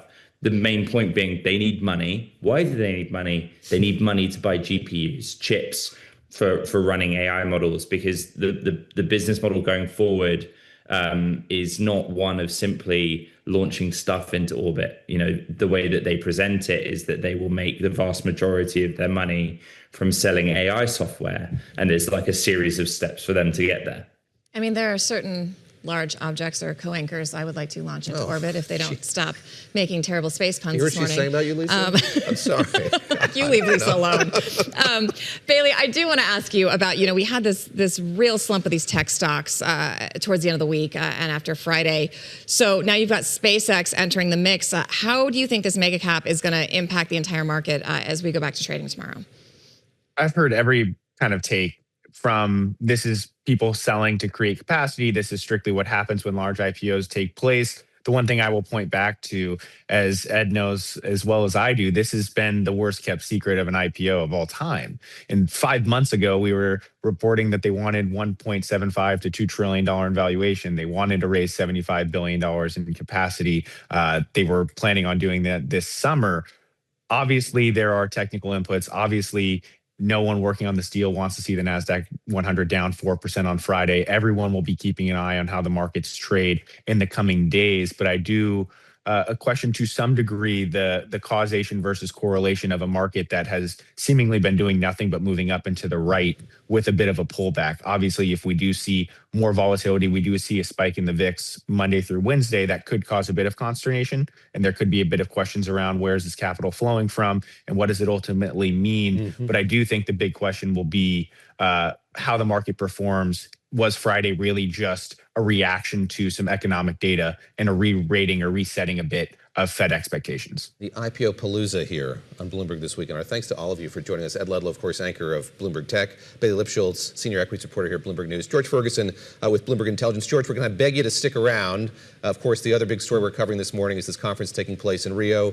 A number of major airline executives speaking to our colleagues who are there, Lisa Abramowitz and Guy Johnson, including the CEO of United. No doubt we'll come back to you for some context here. That's right. George is going to hang out with us and help us break down some of those interviews that we're hearing from Rio.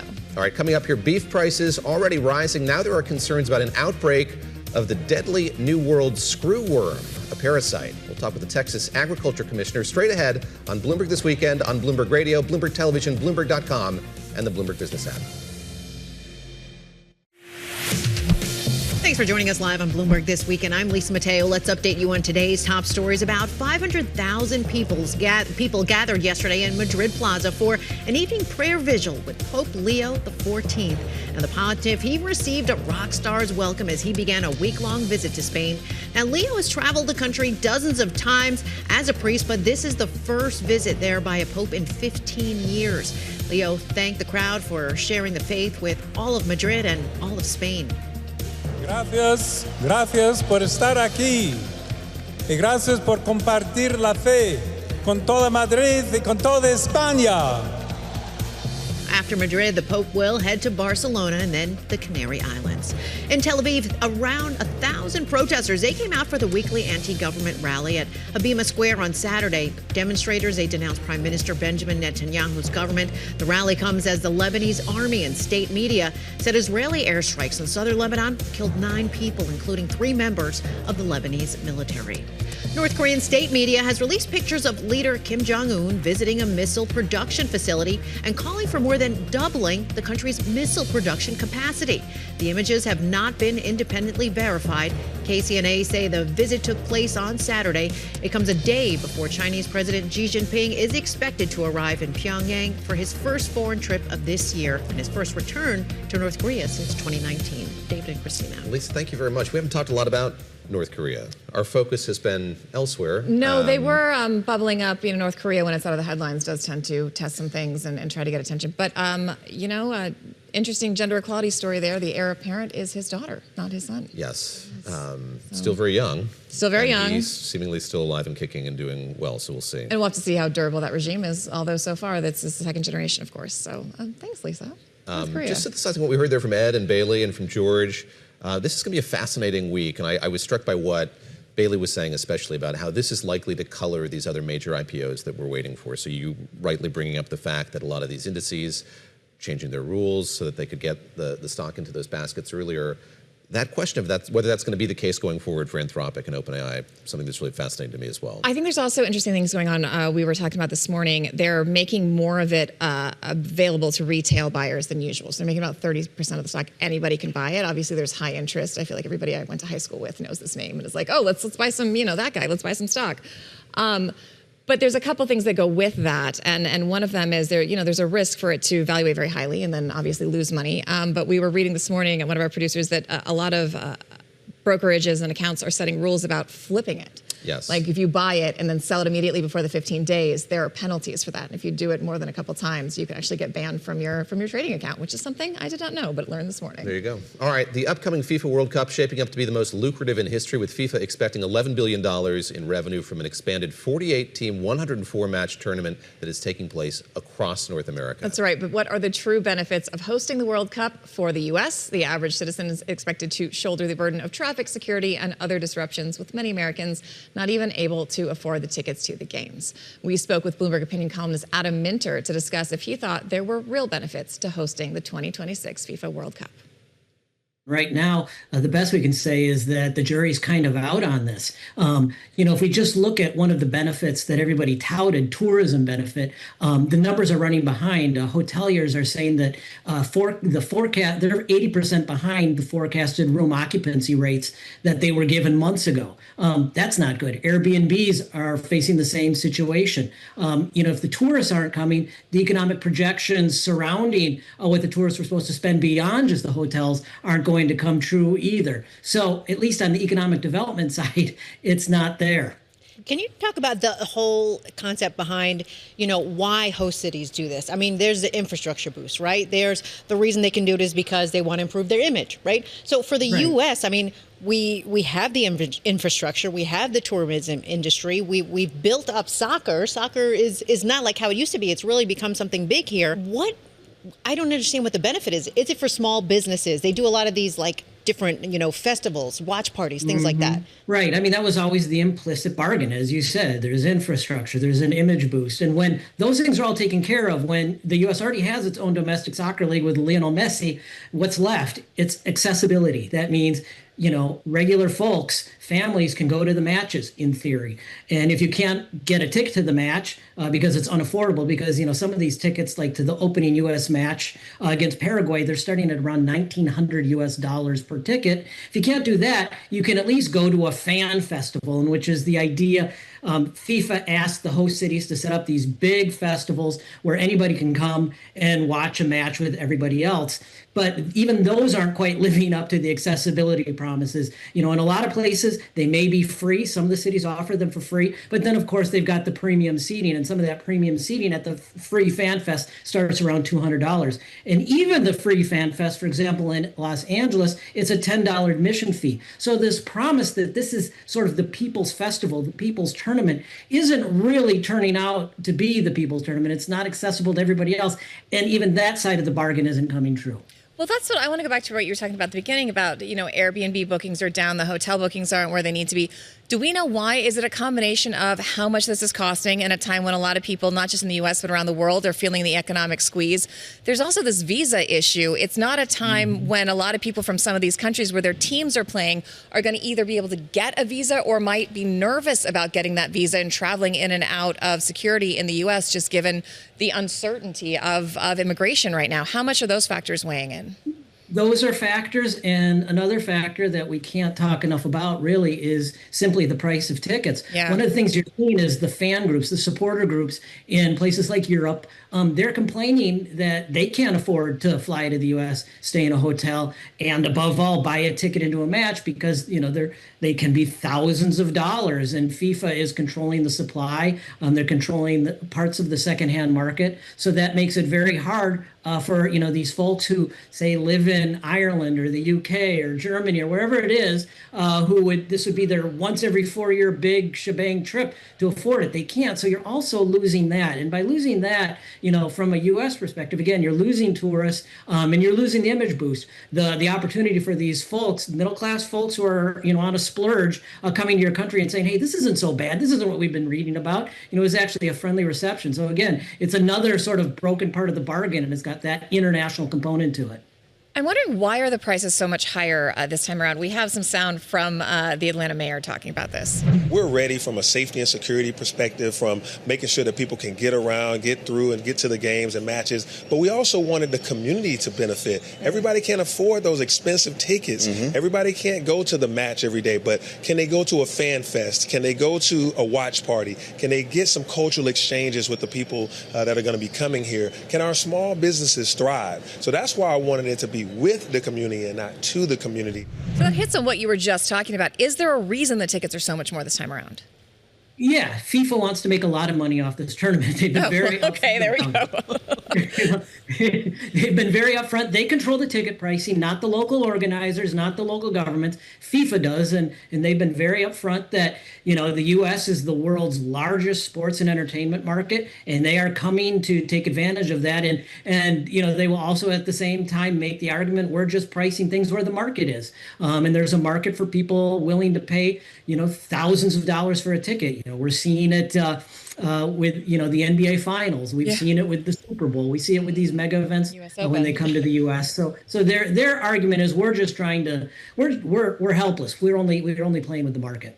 Well, I have to think, because this kind of brings up, you know, we host FIFA World Cup, but we've also hosted the Olympics. So what's the difference between, let's say, the U.S. hosting the Olympics versus hosting the World Cup, let's say, benefit-wise? Yeah, I don't think that there is much of one at this point. I mean, you know, with Los Angeles, which is going to have our next Olympics, and with Salt Lake City, which will have the next Winter Olympics, both of them were chosen precisely because they already have the infrastructure in place. You know, so there's not going to be a real infrastructure benefit to those cities. You know, the image benefit.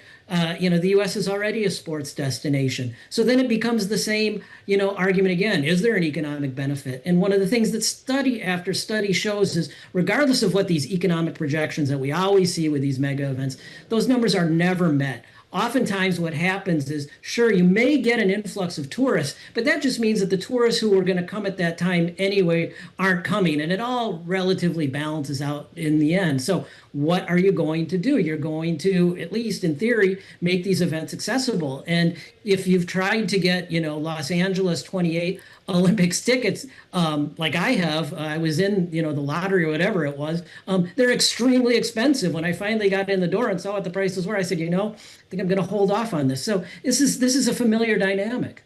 All right, we'll have to see how crowded those stadiums are and who's in those very, very expensive seats. Adam Minter, thank you so much for joining us. Thank you. Just a fascinating conversation. I think it's something that's been swirling a lot because, of course, we're looking ahead to the Summer Olympics taking place in Los Angeles as well. And I think it's kind of this roiling question you hear a lot of these cities and people who live in these cities asking, is it going to be worth it? And it does sound from your conversation with Adam Minter, no. Well, and they're having, it rarely is. Right? It rarely is worth it. Fewer cities are bidding on them too, and then you notice like the city apparatus will bid, and then there's almost immediately sometimes a backlash from the people who actually live there, because it does just make a lot of people's lives harder. And to the point we keep making, if they can't access the games, if they can't go to the event that's happening in their city, there's really feels like very little benefit for the people who are actually dealing with all the rest of that stuff, the crowdedness and the transportation and just the disruption of daily life. I mean, even here we were talking about we had to have meetings on how to get in and out with all the travel disruptions for everybody who commutes. I know Lisa's worried about the train, rightly so. as you brought up with Bailey just a few moments ago, this kind of conversation about the viability of AI is really a roiling one. It was certainly something that rocked markets last week. Friday, a huge down day across the major indices because of kind of anxiety about AI spending. It is something that our friend and colleague Danny Berger brought up with Brian Moynihan, the CEO of Bank of America, in a conversation they had earlier this week. Let's take a listen to what he had to say. At some point, the revenue and the earnings multiples and the cash flow multiples all have to come in sync. And right now, you're in that phase where there's a mass amount of capacity building anticipated of demand. And so when you look at it, one of the ways that we think about it is we are a buyer of these services, and a big buyer. $13 billion in technology a year, $250 million this year in 26 on AI-related spending. And so the question is, what's the affordability of that? That will be the interesting question, how all this comes together. But right now, it's a heck of a stimulus in the economy, that going on. But the other part of the economy that we see is the small and medium-sized businesses. And it's interesting. As you think about them over the last year we had Liberation Day, and that was confusing for people. And then we had the tax law finally got done, that settled confusion. Then had trade, then you had immigration policy, that confused people. The deregulation, they looked for that. As you watched in the fall, they were pretty sanguine. They said, look, I can see how this all plays out. And then a lot of it got put back on the table. And so I think what you see in the small, medium-sized businesses, there's a lot of uncorked potential there. They can borrow on the lines of credit. They're borrowing a little bit more. The loan growth's solid. They're mid-double digits and things like that, which is good loan growth.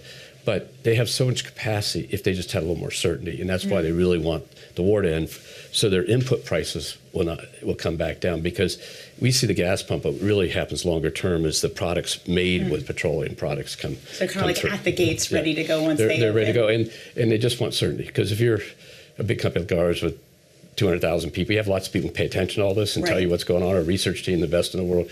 If you and I owned a business and we were doing something, you have to do all that work yourself. And the easier it is to do that work, the more time you can spend on creating the revenue. So I think there's a little bit of a pop left out there beyond the AI, which is an unbelievable amount of spending and et cetera. There's another pop when general business gets more confident about the future path.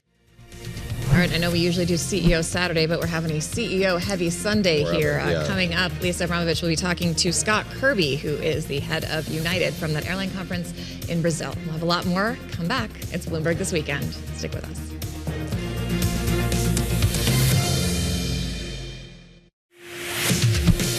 Thank you for joining us live on Bloomberg This Weekend. I'm Lisa Mateo. Let's update you on today's top stories. Kentucky Derby winner Golden Tempo can add another title to his name. Yeah, the horse came in from behind to the back of the pack to win the 158th rendition of the Belmont Stakes. Golden Tempo's trainer, Cherie DeVoe, became the first woman to train a Kentucky Derby winner and is now the second in 4 years to do so at the Belmont Stakes. Well, to the French Open, where Russian teenager Mira Andreeva became the youngest player to win the women's singles title since Monica Seles back in 1992. The 19-year-old Grand Slam champion, she beat Polish qualifier Maja Trawolinska in the final today. Alexander Zverev, he's playing Flavio Cobolli in the men's final.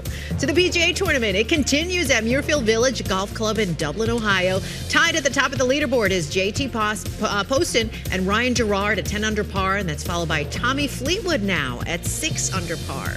And in the race for the Stanley Cup, the Vegas Golden Knights, they topped the Carolina Hurricanes 5-4 in Game 3 last night. The Golden Knights lead that series 2-1. And a different kind of competition was held in Denmark. It was business in the front, party in the back for the 2026 Mullet Championship that was held in central Copenhagen. You're welcome. The annual event attracted more than 1,000 spectators as well as 12 well-coiffed competitors. They were judged on their style, uniqueness, overall performance, and yes, their mullet moves. Can't make this up. It's an annual event. Mullet moves. I liked that duck or goose or whatever that was with the mullet behind them. They had some great Did you ever, not you personally, did you know anybody who had a mullet growing up back in the day? No, did you? Oh, yes. I grew up in North Carolina, the great state of North Carolina. To say. And so the mullet zone, the mullet belt, if you will. But a lot of, boys are rocking this kind of baseball-style mullet now, which they decline to call a mullet. They're calling it a wolf cut. Yeah. Yes, it is. It's a mullet, kids. It looks very mullety to me. I think we should try this out on you, David. Don't you think, Lisa? We've got. Let's take a viewer poll. All right. I'm going to find a mullet wig. We're bringing it in. All right. Thanks, Lisa. Thank you, Lisa. All right. We are returning to our live coverage of the World Air Transport Summit in Rio de Janeiro. Last hour, we heard from the CEO of France-KLM Benjamin Smith, who said that jet fuel prices increase, and that's going to lead to increased ticket prices for passengers. Not what we want to hear, No. but yeah. Earlier, Lisa Bromwich spoke with the CEO of JetBlue and the president of Delta about this same issue. The fuel environment is very challenging. We're passing on about 40% of the cost of fuel right now within the ticket price, which isn't great. Obviously, you want customers to really see affordable air travel, but we're seeing demand strong. We're hoping it keeps up through the summer into the end of the year. With the 40% increase to customers, are you seeing any pushback, or are people pretty okay with it, and does demand kind of hang in there? I think everybody understands, given the current environment where fuel prices are, that airfares are going to be a bit higher. Since 2019, before the fuel crisis, airfares, really hadn't kept up with the cost of inflation, and so there's a little bit of catch-up happening, and then you add the increased fuel price on top of things, and I think we've got to make sure that we're covering our costs. How much have you been able to pass along the increases in price from fuel to consumers? I mean, has it been pretty easy? Have you been surprised at how little pushback you've gotten? Our consumer is resilient. We really focus on the premium customer. And, roughly 40 to 50% of the increase in fuel costs we've been able to recapture through pricing, which really becomes about 10 to 15% on the price of a ticket. So flying is still affordable. I promised we'd bring him back. Lo, we have. George Ferguson, Senior Aerospace, Defense, and Airline Analyst for Bloomberg Intelligence, is back with us. And George, let me just start by having you react to what you heard there from Peter Carter of Delta, from JetBlue's CEO.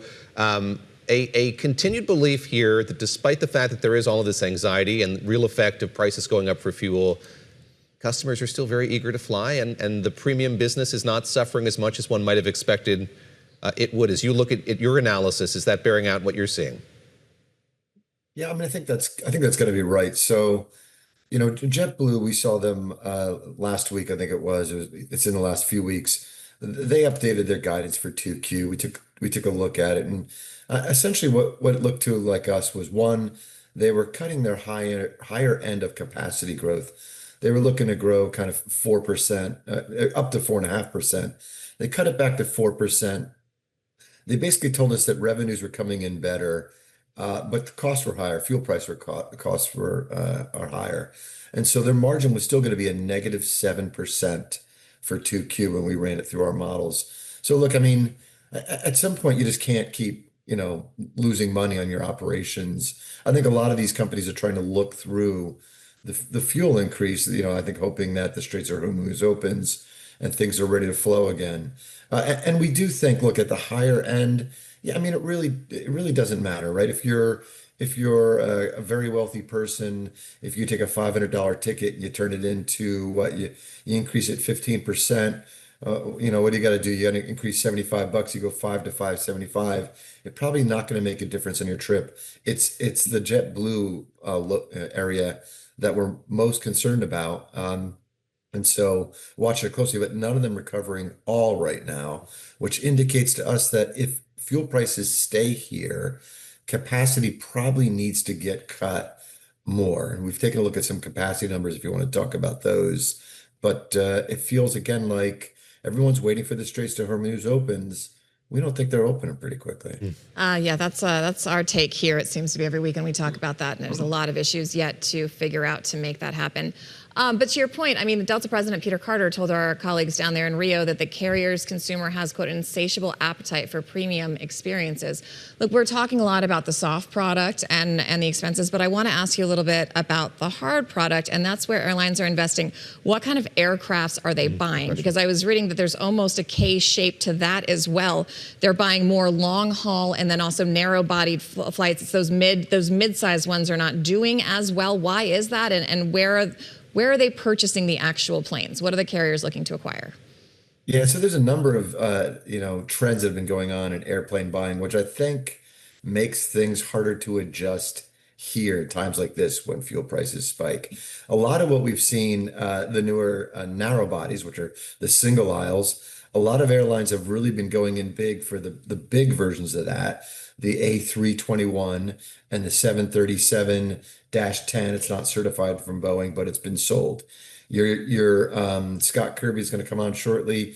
He was a buyer of that 737-10. He couldn't wait for it. He wanted the A320. Carries over 200 people usually, compared to that smaller mid-sized version, which carried in the 160s, 70s. So they're all increasing that because the price of pilot labor had risen and they wanted to defer it across more seats. Again, it makes it more difficult because you can only get that large of an airplane into so many markets. The airlines start tripping over each other going into the same markets. And when you start cutting capacity, you're cutting it in bigger chunks. It gets difficult. That's really interesting. They're all buying A350s and 787s on the wide body side. Those are the most fuel efficient airplanes, the latest wide bodies, twin aisles, we call them. George, we're going to have to leave it there. We've got to go back to our colleagues in Rio. But George Ferguson, he is our senior aerospace defense analyst. Thank you so much for sticking around and come back to explain those jet sizes to us. There you go. I hate those single aisle ones, but I know that they're very useful and I take a lot of them. So. As Christina just mentioned, we're going to go back to Rio de Janeiro now. That's where our colleague Lisa Abramowitz is, of course, the co-host of Bloomberg Surveillance. She's sitting down with the CEO of United Airlines, Scott Kirby. Lisa, take it away. Thank you so much, David. I am here, still in Rio, with Scott Kirby, the CEO of United Airlines. Scott, always wonderful to speak with you. Great to be here, Lisa. Thank you for being here. I was actually surprised by the tone here, and I shouldn't be surprised because every conversation I have with different executives in the airline industry, things are better than expected. Demand's actually picking up. It's been more resilient. This summer's going to be a record summer. You're hearing the same thing? Is that kind of your tone as well? Yeah, a lot of questions for people around the globe, really, like, because we're a U.S. airline, obviously, like, what do you think is going to happen in the Gulf?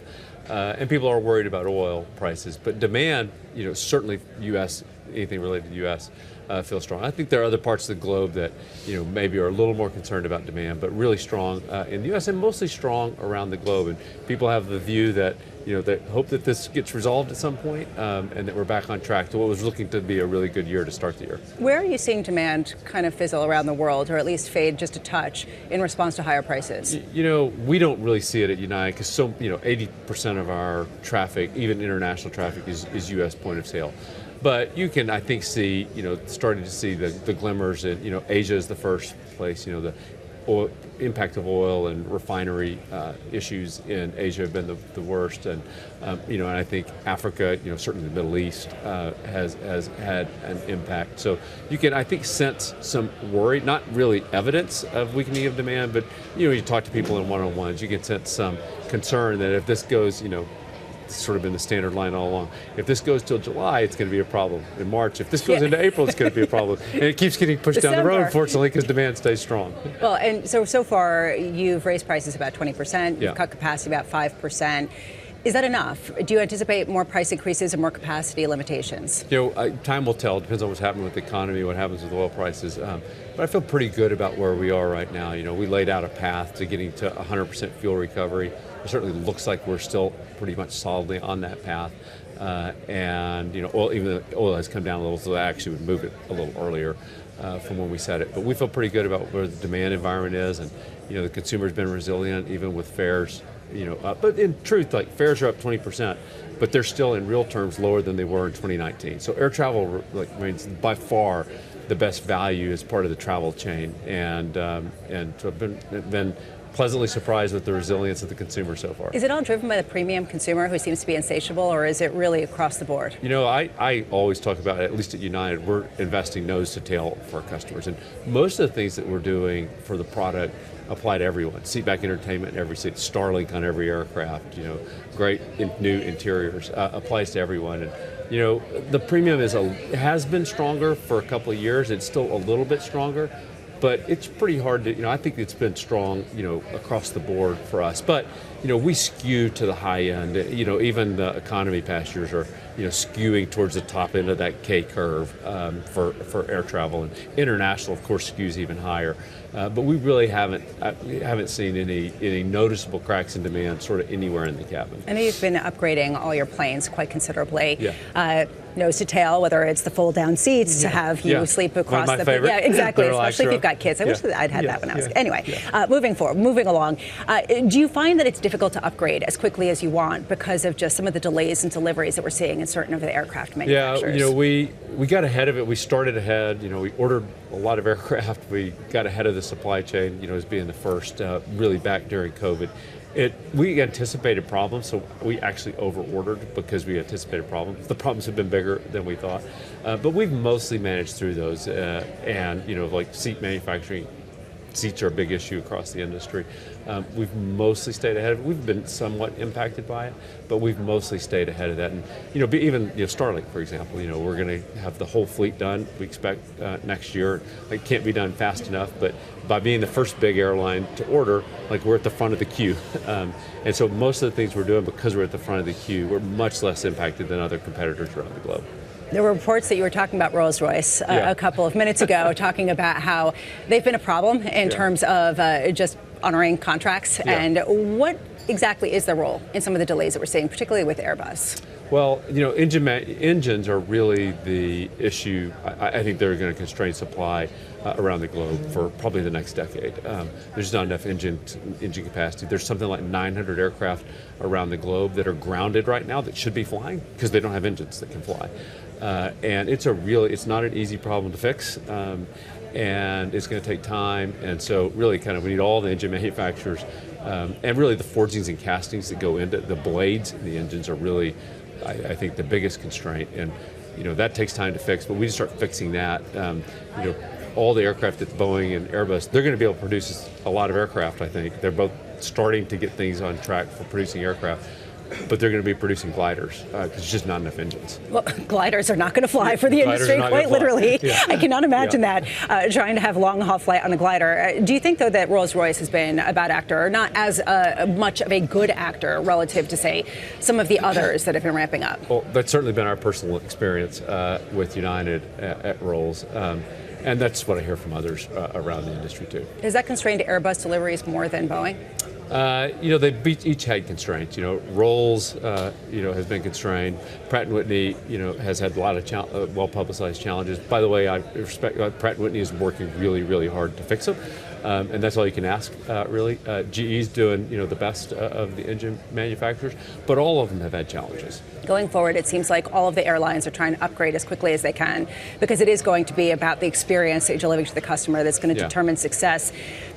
How much have you seen the pressures kind of come into play, the sort of pressures in the industry that you had been expecting as a result of some of the higher prices?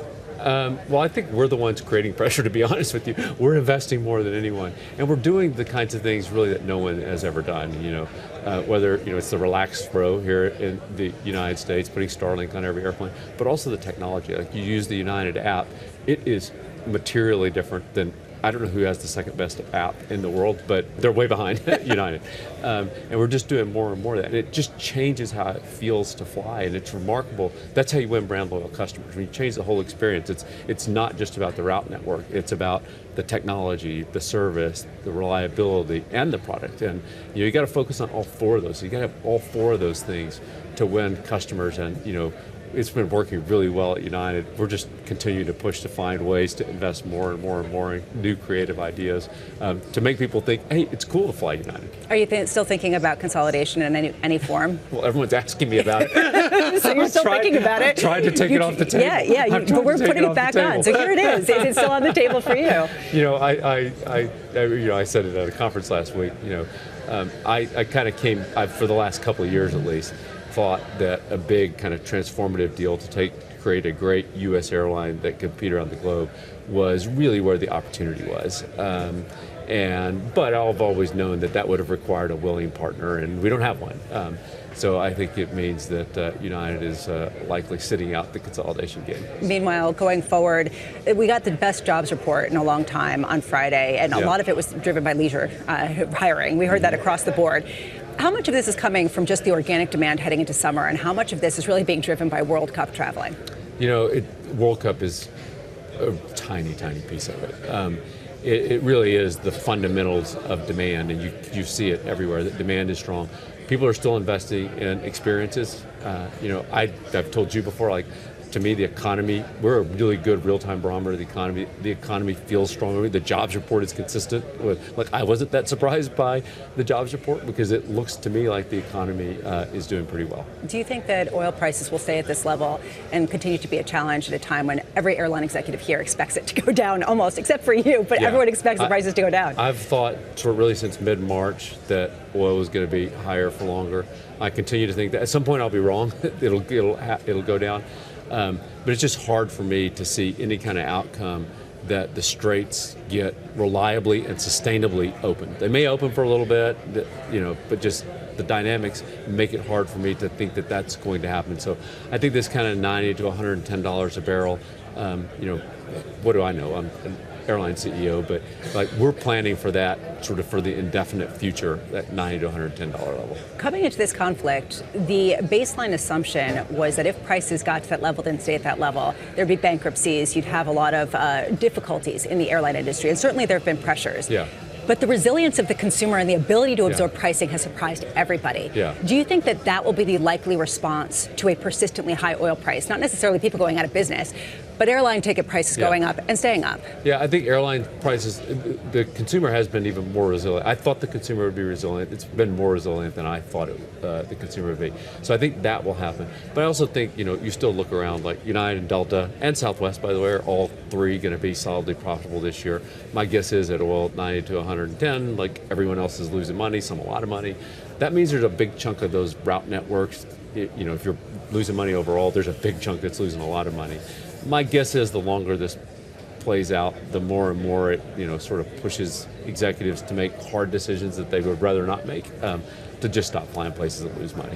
Going forward, is there any place that you want to be expanding in? Just to sort of wrap it up in our lovely beach here that we're sitting at in Rio. We look forward to expanding really around the globe. A lot of our growth has been international. It slowed down this year, partly because Boeing's been behind on wide-body deliveries. They're starting to catch up, but we're looking for, international's been great for us. United was born on third base for international with hubs in Newark, which is the best at, Pacific Gateway, San Francisco, best, Pacific Gateway, Newark, Atlantic. Dulles is probably the second best Atlantic gateway. So international has just been gangbusters for us, and we're opening up. It's crazy to me. Our team is opening up cities and I'm pretty informed. Like I didn't actually know that city name.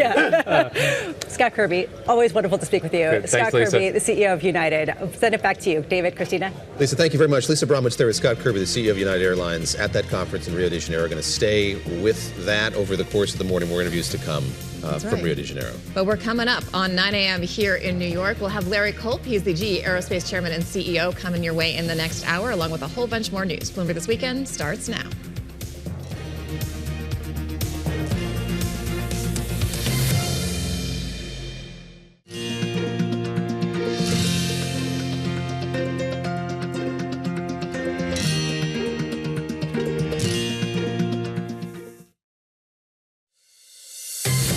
Welcome to Bloomberg This Weekend, live from New York with David Gura, Christina Ruffini, and Lisa Mateo. The latest headlines, key analysis, big interviews, and the stories that hit home on your days off.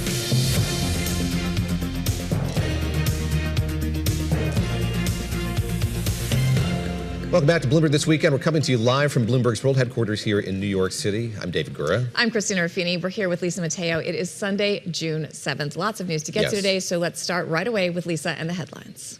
You got it in this story. It's still developing, guys. Police in Toledo, Ohio, they are searching for suspects after 12 people were shot at a busy street festival. Deputy Police Chief Joseph Heffernan says reports of shots fired came in just after 5:30 p.m. yesterday. The officers were quick to respond. They were right there when the shots were coming out. Appears as though there was at least two shooters. I think they were probably shooting at each other. Two of the 12 people shot are in critical condition. Officials have urged people who were at the festival to come forward with any photos or videos on their phones for possible leads. U.S. and Iranian forces continue to trade fresh attacks, with the U.S. shooting down Iranian drones and striking Iranian coastal surveillance radar sites. U.S. Central Command shot down 2 Iranian drones that threatened international maritime traffic in the Strait of Hormuz. Now, meanwhile, the Trump administration is considering a plan to steer Iranian assets into the U.S. toward helping the U.S. allies in the Persian Gulf rebuild from damage that's caused by Tehran. The release of $24 billion in frozen assets, that's been a sticking point for Iran, as well as a parallel ceasefire between Israel and Lebanon. Well, today, the 7 OPEC Plus countries are holding their monthly virtual meeting. Saudi Arabia, Russia, Iraq, Kuwait, Kazakhstan, Algeria, and Oman. They are set to review market conditions and establish production policy for July and also beyond that. It follows a previous agreement to raise quotas by 188,000 barrels per day in June. And about 500,000 people, many of them young Spaniards, they gathered yesterday in a Madrid plaza for an evening prayer vigil with Pope Leo XIV. The pontiff, he received a rock star welcome. He began a week-long visit to Spain on Saturday. Leo has traveled to Spain dozens of times as a priest, but this was the first time there was a visit by Pope in 15 years. Leo thanked the crowd, sharing the faith and also sharing the faith with Madrid and all of Spain. Gracias por estar aquí. Y gracias por compartir la fe con toda Madrid y con toda España. After Madrid, the Pope will head to Barcelona and the Canary Islands. Now, as you know, Pope Leo is from Chicago, so he was asked what he thought about the news of his beloved Chicago Bears possibly moving to Indiana. He responded, "That's out of my pay." But David and Christina, he was also responding to questions about who he's going to root for the World Cup. Italy's not in it, but he said he's going to root for the U.S. Going to go for the U.S. It is so much more normal for me to hear the Pope speaking Spanish than English. It's still, I find it so odd to hear an English-speaking Pope. And no detectable Chicagoan accent in his Spanish pronunciation. I mean, it sounds pretty good, but you would know better. You two would know better than I would. No Vatican soccer team either, I assume. I mean, maybe the Swiss Guard have like a little league, league, but like okay. Yeah. Lisa, thank you so much. Just over 2 months ago, Markwayne Mullin left the U.S. Senate to become the 9th Secretary of Homeland Security. Oklahoma's governor appointed Alan Armstrong to fill the seat Mullin vacated in the U.S. Senate. Armstrong resigned as the executive chairman of Williams Companies. For many years, he was that energy company's CEO. He spent his career in the oil and gas industry. Armstrong will be one of the 2 senators from Oklahoma until January. State law says he cannot run for a full term, but we have him here today. Senator Alan Armstrong, thank you for joining us. First question is, what do you plan to prioritize in your short tenure that you've got there? Yeah, good morning. You know, this is really simple for me. I've watched as our country has gotten to be at the hardest place I can imagine to be able to build critical infrastructure in our country. And I see it really holding back our country. And so as I've witnessed that from the private side, it's really concerning to me about our future as a country when we have gotten to be the place that just cannot get out of our own way in terms of being able to build critical infrastructure. And, you know, everybody thinks that that is just something that's rough on the big bad companies, the pipeline companies, the utility companies. Really, at the end of the day, the loser in that situation is the consumer and our industries in the U.S., because that really just separates the lack of infrastructure, separates abundant supplies that we have here in the U.S. from the consumer and drives the cost up to the consumer. And I realize that if we are really going to be an AI power and continue to be the leader in technology, we have got to be able to get power and energy to those AI centers, as well as just our general industry. So that's really what's motivated me. I don't have any doubt in my mind what the high priority is, and I've been working really hard to put blinders on to all the other distractions that exist in the role and really to focus on that. Blinders on, clock ticking down. When Kevin Stitt, the governor of Oklahoma, appointed you to the position, he said you'd likely be influential in moving the needle on permitting reform. Talk us through that. Where do you see opportunity there? Again, with just a couple of months left in your tenure here, are you optimistic you're going to be able to convince your colleagues there in the Senate, many of whom are there for longer than you, to make headway on that? Yeah, and I'm really encouraged. I do think that really the chemistry is right now. Obviously, there's some restriction on that going ahead of the midterms and the minority party really not wanting to see any success at times. But I think there's a lot of folks on both sides of the aisle that understand that we are really holding ourselves back as a country by not being able to build critical infrastructure. Where are the places, when you say critical infrastructure, what do you mean by that? Do you mean all of the above, bridges, roads, utilities? Is there one that you think is specifically bad? And like, how did this happen? How did we get here? Why are we falling so behind? Yeah, you know, I think we've gotten here because we've somewhat politicized the process of building big infrastructure, whether that is transmission grid, which, you know, desperately needs to be built out. And it's not always, you know, what's good for somebody's own backyard, but it's what's good for our country.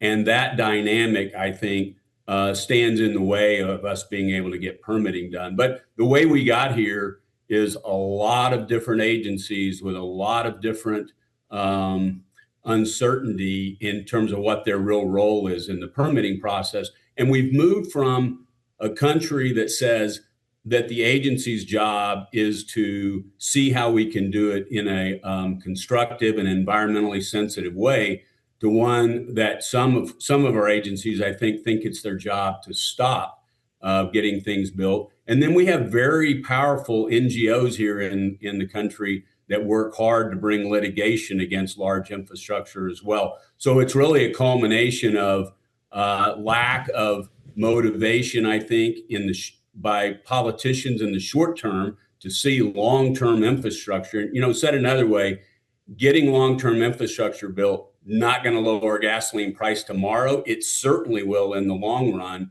but it's not an immediate gratification, and therefore it's not a very good mix for politics. And so that's one of the reasons that I find myself in a unique situation to really bring attention to the long-term issue of getting our permitting done here in the U.S. I'm glad you bring up fuel prices. Yours is a familiar face, I think, to a lot of our viewers. Your voice a familiar one to a lot of our listeners. In your past job at Williams Companies, you were on Bloomberg TV and radio a bunch talking about the oil and gas industry. Let me just ask you about your prescription for getting those prices down. I know if you look at the national average for a gallon of regular gas, it's higher than it is in Oklahoma. I think that'd be kind of reasonable or expected from a lot of folks. They would think that would be the case. But what in the nearer term? Yes, there needs to be efforts at infrastructure, building that out. That'll help us in the medium to long term. But what is the cure here in the shorter term? I don't mean to say there's a panacea, but we hear talk of the White House saying they want Congress to remove the federal gas tax. Are there policy prescriptions you have that might help here in the next few months? Well, I think that we should keep things in context. I remind people quite a bit that in June of 2022, retail gasoline average across the U.S. was $5.03. So far, the first week in June, that's around $4.31. So, we've been here before in terms of short-term blips in gasoline prices that are caused by geopolitical issues. With, as you'll recall, in June of 22, that was the Ukraine upset. So, these short-term things are going to happen for sure. And what we need to have is an abundance of infrastructure that doesn't stand in the way. If you think about the difference between Oklahoma gasoline prices and California gasoline prices, those are completely self-inflicted in California, going from, I think, 43 at one time refineries out there to, I think, 6 or 7 now. So, getting rid of your critical infrastructure, not allowing pipelines to be built is what drives that long term. And in the short term, I would just say, any of those fixes are not healthy. So if you pull back the gasoline tax, you're just going to be increasing the deficit and ultimately raising taxes somewhere else. So that's not, from my perspective, that is like putting a glove on to fix a leaky pin, and doesn't really get at the really important issues, which is getting things like, there's a major pipeline that Phillips 66 and Kinder Morgan are trying to build called Western Gateway that would bring product from right here in Oklahoma into the California markets. And those are the kind of things that we really should be focused on, particularly the Senate. The Senate really should be the body that is looking long term and thinking about how we set the U.S. up for success long term. And so that's what I'm very focused on. I do want to ask you, I know with the pipelines, they can be controversial because people do have genuinely sometimes very legitimate environmental concerns. But there's also this issue of renewables in general have become a bit of a bad word, in this political climate.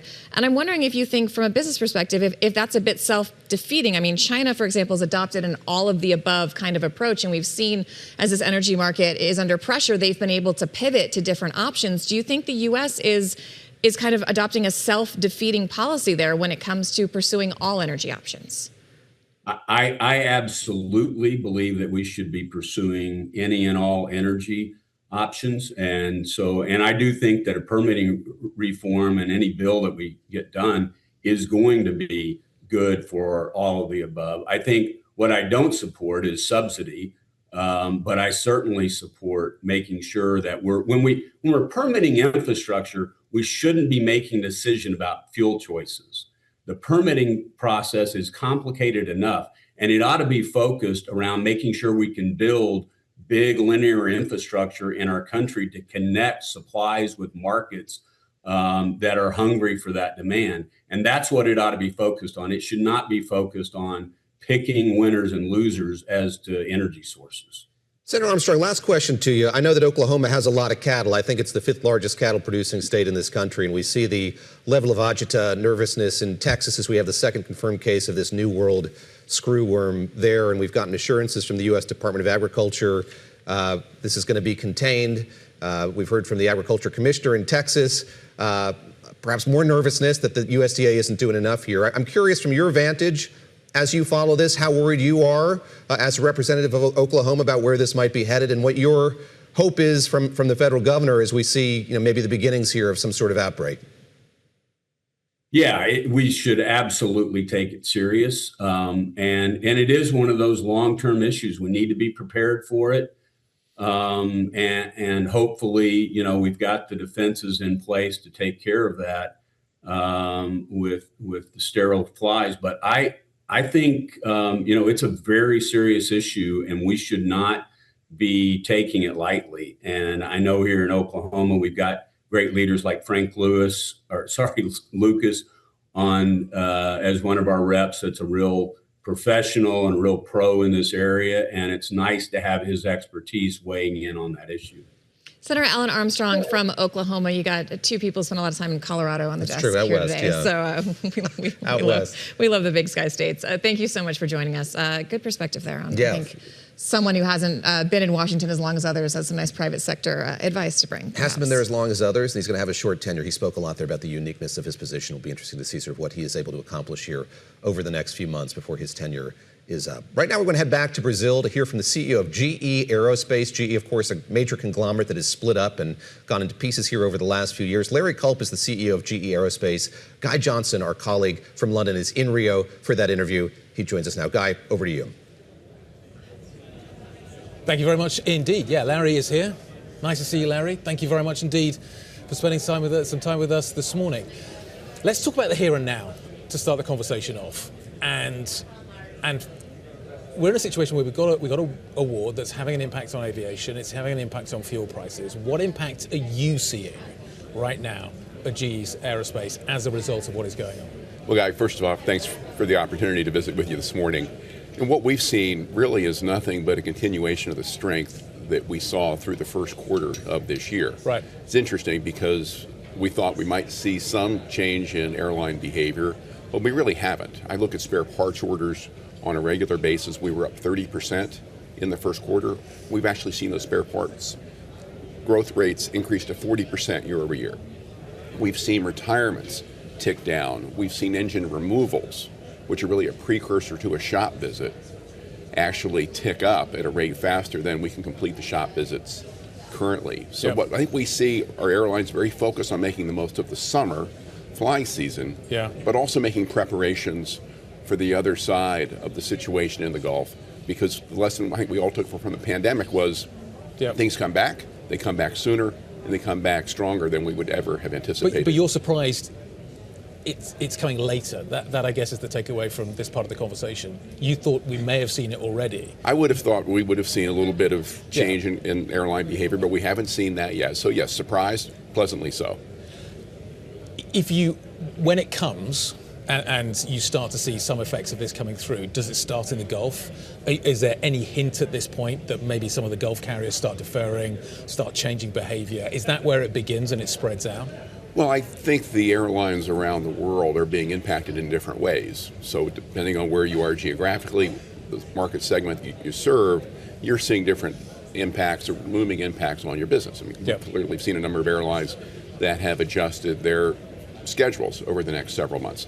So that's happening, but in terms of the interface that we have, again, both with respect to keeping the planes they have today in the air during this prize summer flying season, but also making preparation for the other side of the conflict, the airlines really have not changed the way they are servicing today's fleets and preparing to expand and modernize. But where do you think what does it look like? When it shows up, what does it look like? When we get through the summer, we get into the fall, into the autumn, what are the early things that we kind of watching the aviation sector, looking for clues that things are maybe starting to slow down or there's an effect? What do I look for in the industry? Well, what we're going to be looking for are those same indicators I mentioned earlier, right? Right. What's happening with spare parts orders? Okay. What's happening with retirements? What's happening with engine removals?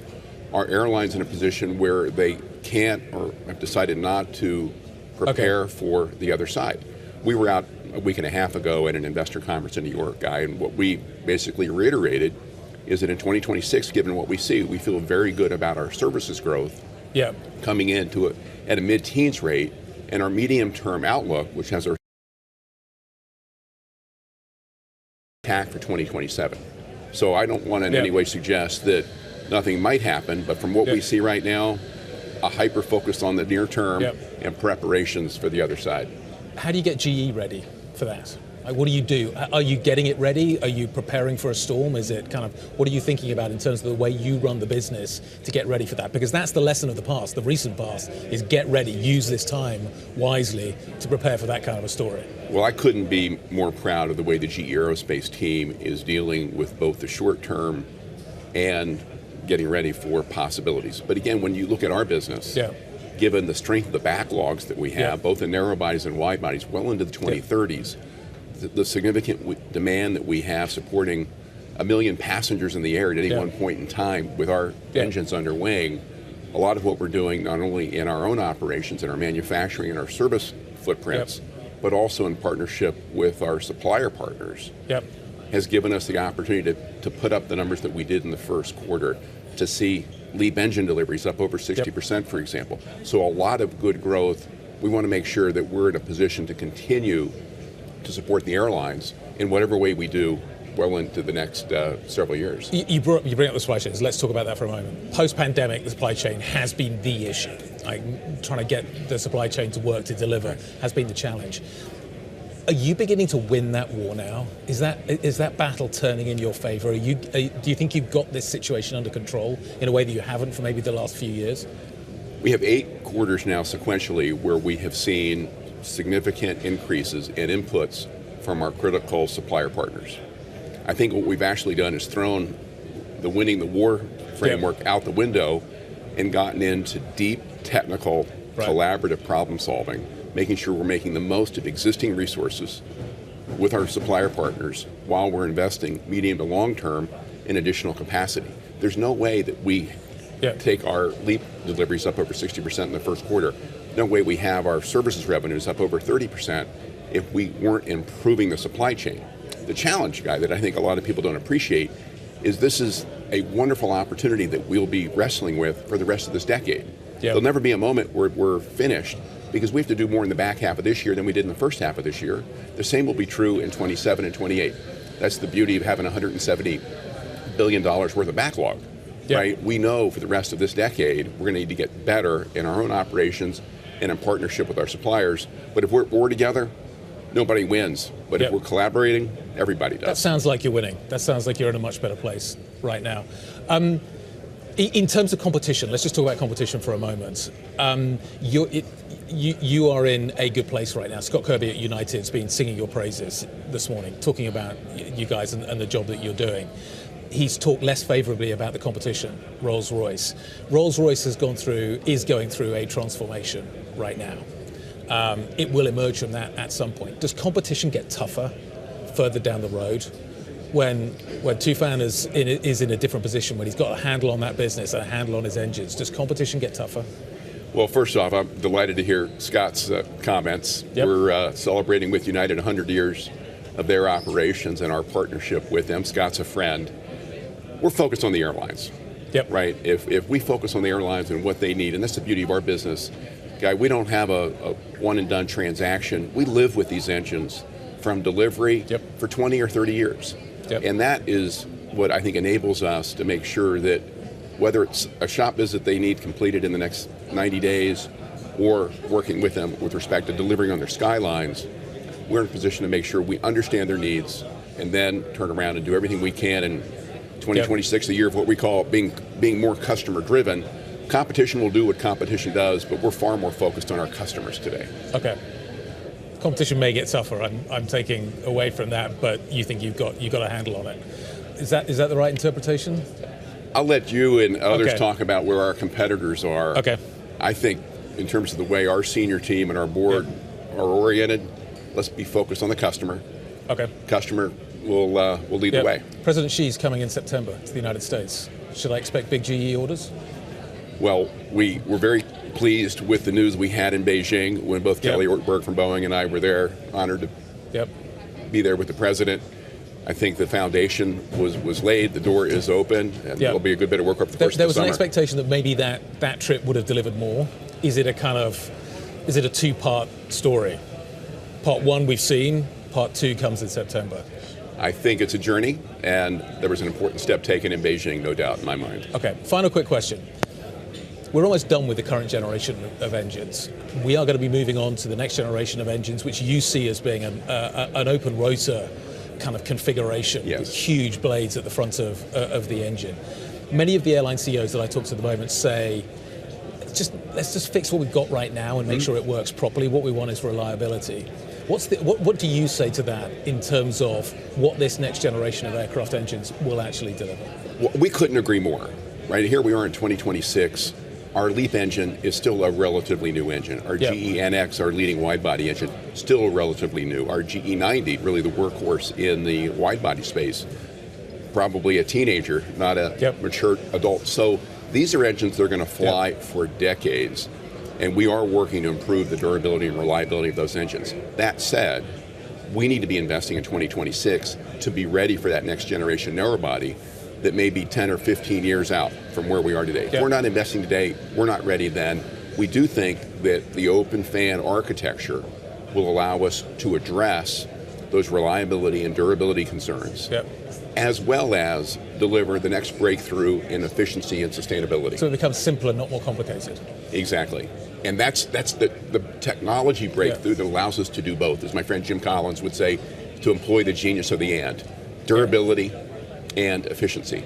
Larry, it's great to see you. Thank you very much indeed for spending some time with us this morning. Guys, back to you in the studio. Larry Culp, the CEO of GE Aerospace. Guy Johnson, thank you very much. Guy. And we could tell Guy Johnson is somebody who appreciates the intricacies of these engines. Yeah, I've learned what a LEAF engine was. I feel slightly smarter now, but right, thanks to both I'm of glad them Guy was doing that interview. Yes. Very well. All right. We're going to go to Lisa Mateo for a catch-up of the headlines. You got it. Let's start with this. Defense Secretary Pete Hegseth, while he used a D-Day anniversary speech at the Normandy American Cemetery in France yesterday to appear to link immigration by the sea to the wartime liberation of Europe.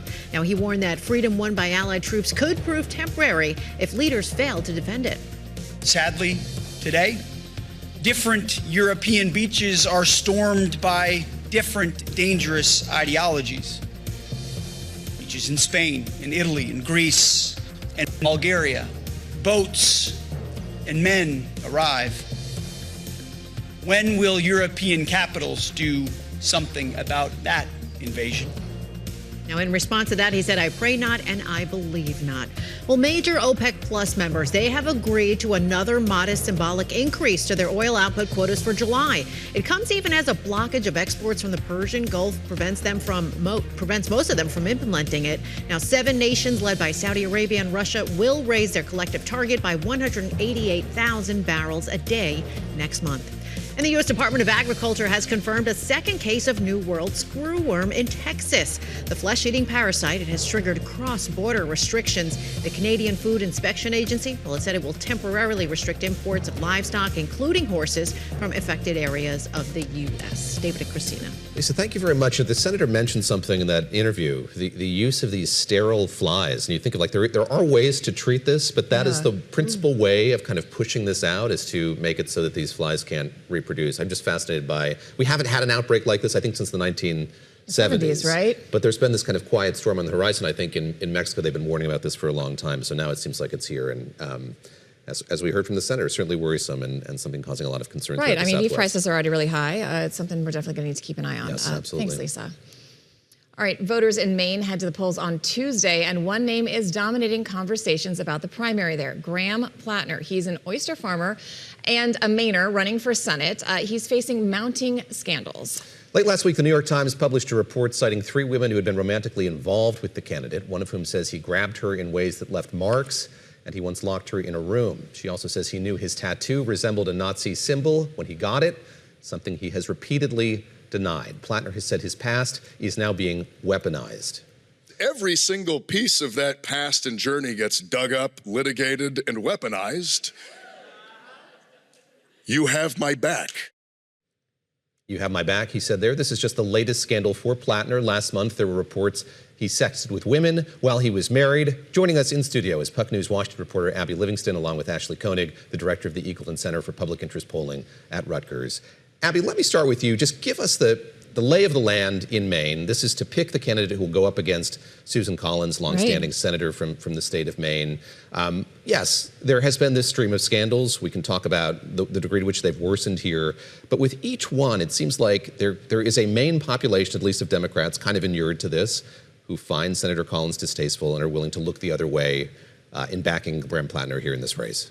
This is an absolute obsession within the highest levels of the Democratic Party. You look at Twitter, they're fighting about it. It's generally, and this is the, Washington, New York political class, and it's often following along gender lines. But this is the most important Senate seat to Democrats. It's the easiest pickup, and yet it's been hard in the past. And there is among his supporters a confidence that he's been able to get through this, he's been able to weather this. But the other folks are like, well, hey, the Republicans haven't had their chance to just dump a nuclear bomb of advertising against him. And so I think the biggest question right now is what else is out there, and nobody seems to know what they don't know. And all the while, Janet Mills remains on the ballot, if I'm not mistaken. That's correct, and it seems unlikely that she would prevail on Tuesday. And Platner, the decision makers on this are the Maine voters, and they seem to be sticking with him. But the question is, Maine is an older state, and many of the voters are older women. Are they going to go along with all of these allegations? Ashley, what's your take on that? Because we do have some updated polling, and it does seem that when you put at the moment Platner and Collins up head to head, Platner is ahead by like 5 points. It's within the margin of error there. But what is your take? Is it just that anyone but the person we've got? We've seen that sometimes on the other end, especially with people backing the president, no matter what he does or says, staying loyal to that. Is this kind of the same thing, but from the Democratic side?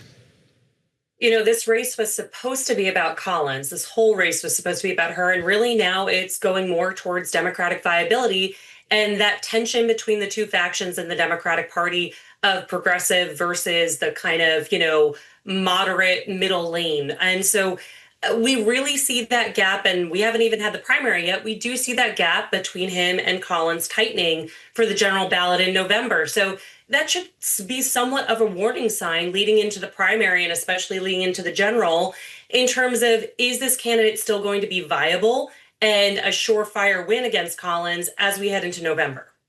Abby, I'm curious what this means. You mentioned sort of who's making the decisions here. Yes, it's the Maine electorate, but you have Chuck Schumer, who made no secret of the fact that he wanted Janet Mills, the governor of the state, to be the candidate going forward. Talk a bit about his kind of relevance in picking candidates for these races. We just went through a round of primaries last week in which a candidate that he had anointed or backed did win.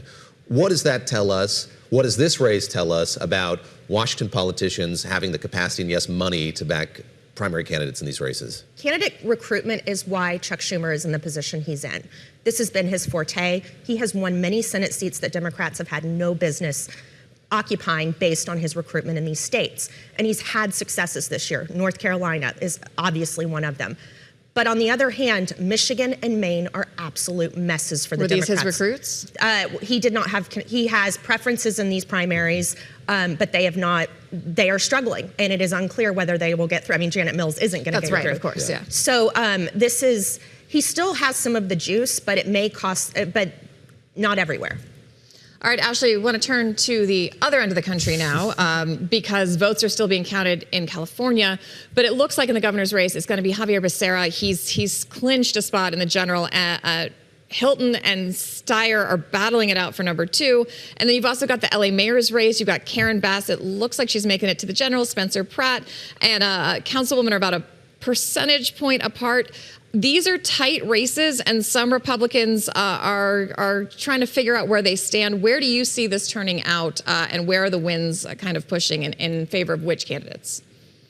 I think when it comes to the governor, that Democrats did avoid the possible scary situation of a Republican taking that top spot. So, Democrats did dodge a bullet over there with the governor.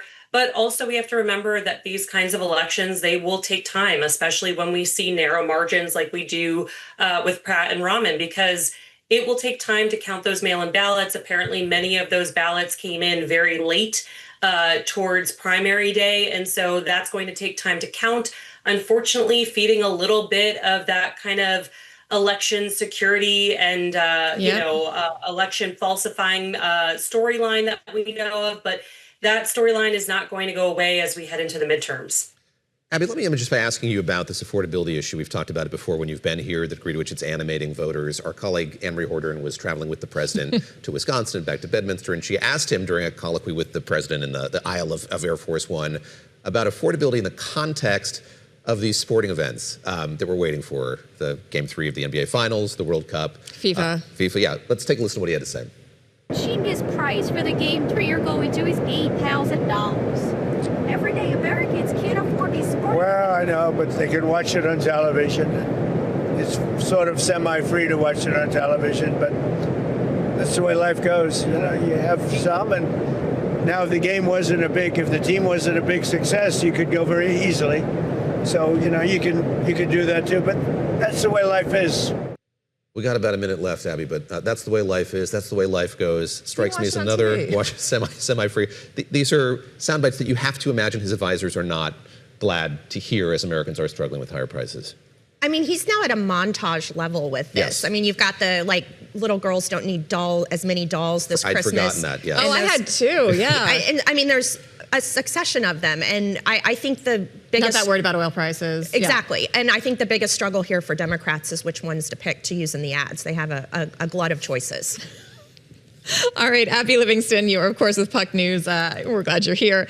And Ashley Koning, I'm sad you couldn't be here in person, but we're always happy to have you at Eagleton Center for Public Interest Polling. Thank you both for joining us. We are getting our first look at former President Barack Obama's new presidential center on the south side of Chicago, and the reviews of that building and its surrounding campus, I think, are mixed. I think that's a fair characterization. I think that is accurate. So coming up on Bloomberg this weekend, we talked about it, we dug into it, what works and what maybe works a little bit less. It might be the case of trying to do too much at once. The assessment of a Pulitzer Prize-winning architecture critic for Bloomberg, who sat down with Christina, is coming up next on Bloomberg This Weekend.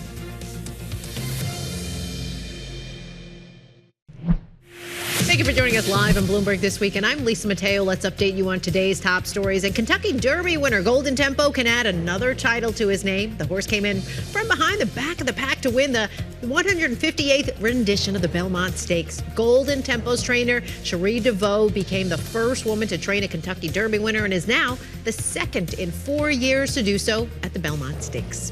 To the French Open, where Russian teenager Mira Andreeva became the youngest player to win the women's singles title since Monica Seles back in 1992.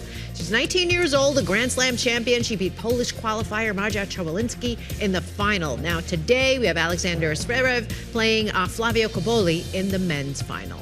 Well, the PGA tournament continues. Muirfield Village in Dublin, Ohio. Now, topping the leaderboard right now is JT Poston at 12 under par, followed by Ryan Gerard at 10 under par and Sam Burns at 7 under par. And in the race for the Stanley Cup Finals, the Vegas Golden Knights, they topped the Carolina Hurricanes 5-4 in Game 3. The Golden Knights, they lead that series 2-1. And in other news, retailers, they say they're struggling with a jump in returns, and they say GLP-1s, they may be to blame. The Wall Street Journal says more Americans on the popular weight loss drugs, they are buying multiple versions of the same item and then sending them back those that don't fit. They're also sizing down through exchanges. Returns, though, it is a profit killer, particularly for online businesses, because you have shipping, labor, warehousing costs. It's all adding up, and it's starting to affect them. A lot of returns. Can I take an Andy Rooney-style complaining minute here? Yes. Just say you go to Whole Absolutely. Foods now, which is where you can return Amazon and Zappos packages. It's like Ooh, yes. not half It's the like a store, but mountain. it's like a crazy Yes. part of this. Like they've taken out the cafe, and now it is like the return area. I don't know. Do you return a lot of packages? I do. Yes. The problem is that they have returns at Kohl's too, so then Oh, I you wind see. up returning, but then you leave with more because you buy shop can't- when you're there. Yes. I'm really bad at returning things. I generally try to buy things in person because I know if I order it and it comes, because returns now, they charge you for them a lot of places. They're really expensive. You It's got to no get them longer done. free. And it just doesn't seem worth it a lot of the time. Okay. I could have been grumpier if I was really trying to channel Andy Rooney. Yeah, I Sorry. think it was disappointing. We'll work on that. It was Work pretty on that. acceptable. All right. In less than 2 weeks, the Obama Presidential Center is set to open in the south side of Chicago, nicknamed the Obamalisk. The $850 million building has been 10 years in the making, and as Pulitzer Prize-winning architecture and design critic Alexandra Lange writes, you want to read this, or you want me to read it? I got it. I feel like Well, I did the piece. You read her. Can I read it? Yeah. Here's the quote. A 2002 essay by Richard J. Cox refers to the presidential libraries as the modern equivalent of the pyramids. The Obamalisk, she writes, definitely fits. All right. I sat down with Alexandra, and we started off by asking her about this comparison. Historically, the presidential libraries have housed a biographical exhibit about the president, usually very, hagiographic and praiseworthy. And then they've also housed the presidential archives. So any researcher who wants to write about that president will have to go to the presidential library to research the Like president. all the papers from their desks, all the unclassified files. Thousands and those kinds of thousands things. of square feet of papers. But Obama decided to do it a little differently. When they went to look at his papers, they found that 95% of them were digital because he is a contemporary president. I do remember when I covered him, he was the first president who had his own BlackBerry. There was like a whole thing where they had to figure out how he could have a digital device. So, I mean, I guess that makes sense. Yeah, so they were like, why should we build a building that has various sort of security and archival procedures that have to be kept and has these hundreds of square feet of papers if, in fact, these archives are not papers. So they decided to let the National Archives in Washington, D.C. sort of hold and take care of his papers as digital files. They'll be available to anyone, anywhere. And to make this the Obama Presidential Center rather than the library, and to have it do something different. So then what does it do? If it's not about the paperwork, which I guess I get, it just seems strange. That's what I think of the libraries as. What is inside of it? I mean, I was seeing some of the pictures. There's a costume display. There's some art. There's some exhibits. It doesn't seem like there's a lot of like archival objects, like tangible objects in there. There are actually some objects. So, what they decided to do essentially was to make one building that houses the biographical exhibit that all the presidents have. And then they have an entire rest of the campus that's doing a lot of other things. There's a forum building for events. There's a branch of the Chicago Public Library. There's a beautiful, beautiful playground.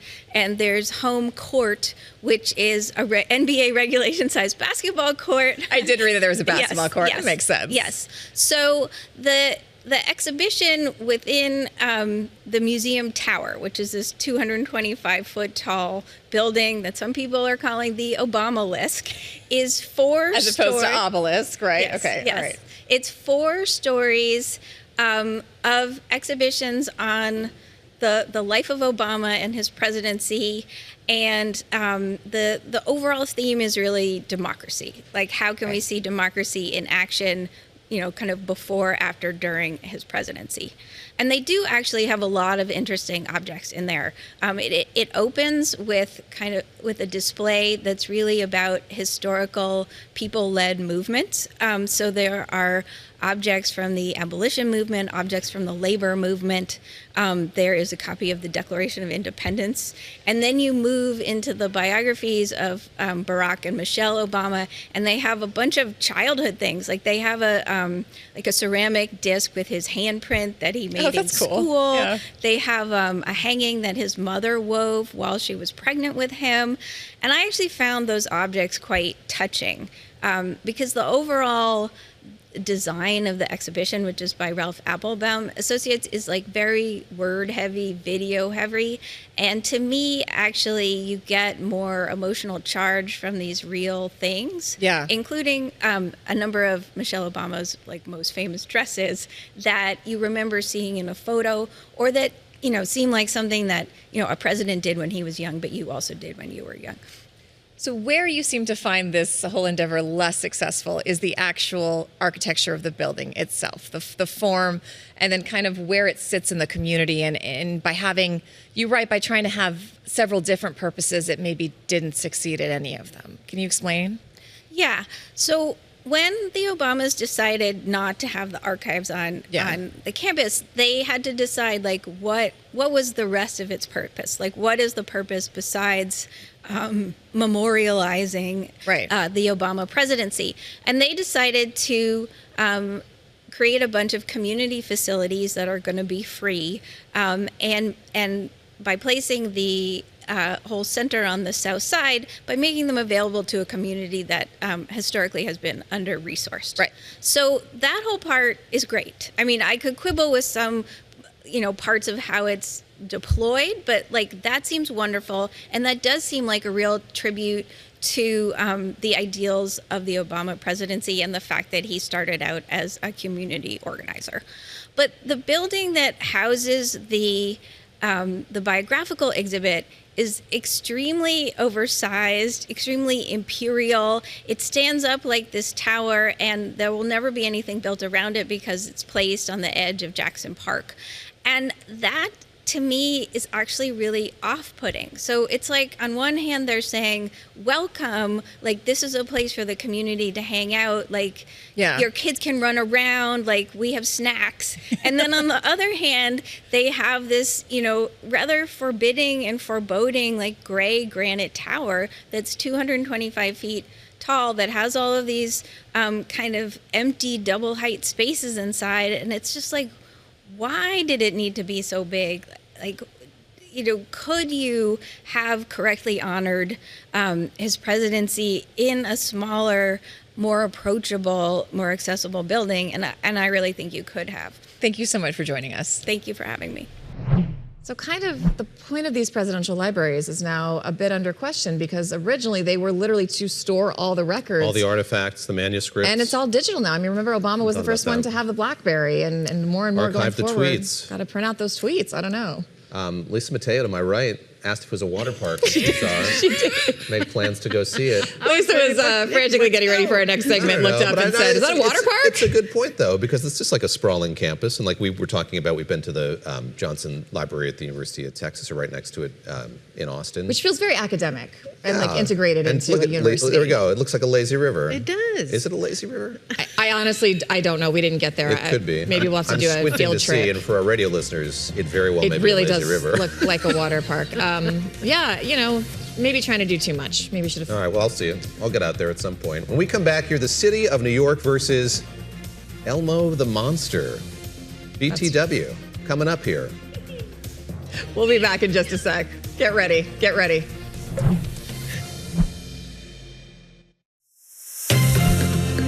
Welcome back to Bloomberg This Weekend, or BTW. I can't even fight with you today. I'm going to say it, BTW. I'm not going to do it either. I've had enough. BTWs. I'm Christina Ruffini. I'm David Gura. Lisa Mateo here with some more stories you may have missed over the course of this week. And I'm going to go out on a limb. Maybe there is something related to the New York Knicks in the mix. There is. Okay. New York Knicks and Elmo. What? If you're saying what? Okay, listen up. This is from The Athletic and a number of other places. It's been everywhere. BBC did it this morning. enrages Knicks fans by also wishing Spurs well in NBA Finals. Pick a side, coward. Okay, so this is about, yes, I'm just reading the headline, okay? I got a little emotional there, I know. Lovable Muppet, right? You love Elmo. Absolutely. Loves him. So and what Elmo he did, loves you, Elmo as he's loves so you, fond of yes, saying. as he always says. Yes. You know, he's from Sesame Street, which is apparently based in New York. Oh, apparently, definitely, right? yes. Definitely. Okay, so Back he wrote when on brownstones X. were affordable. Yeah. Here's the issue. This is what he writes on X. Elmo hopes both teams Lisa. have fun. Okay. So he wished both teams luck, basically. He wished both teams luck. So he got blasted on social media. Okay, you have the New York City Department of Transportation jokingly threatening to take away the sign that they put out there to celebrate their 50th anniversary. Bro. Yeah, they said, don't make us take it down. So they were amazing. I mean, someone called him an apologist puppet, which I thought was really funny. Wow. So many comments. NYPD said, just like in Times Square, we think this Elmo is an imposter. I mean, the city is not messing. This is what I've learned. The city is not messing around. So what does Elmo do, right? If you're Elmo, what do? You have to come up with a response, right? Yeah. So Elmo came up with a response. Okay. And he said, nix that last message. Elmo didn't mean to spur on you.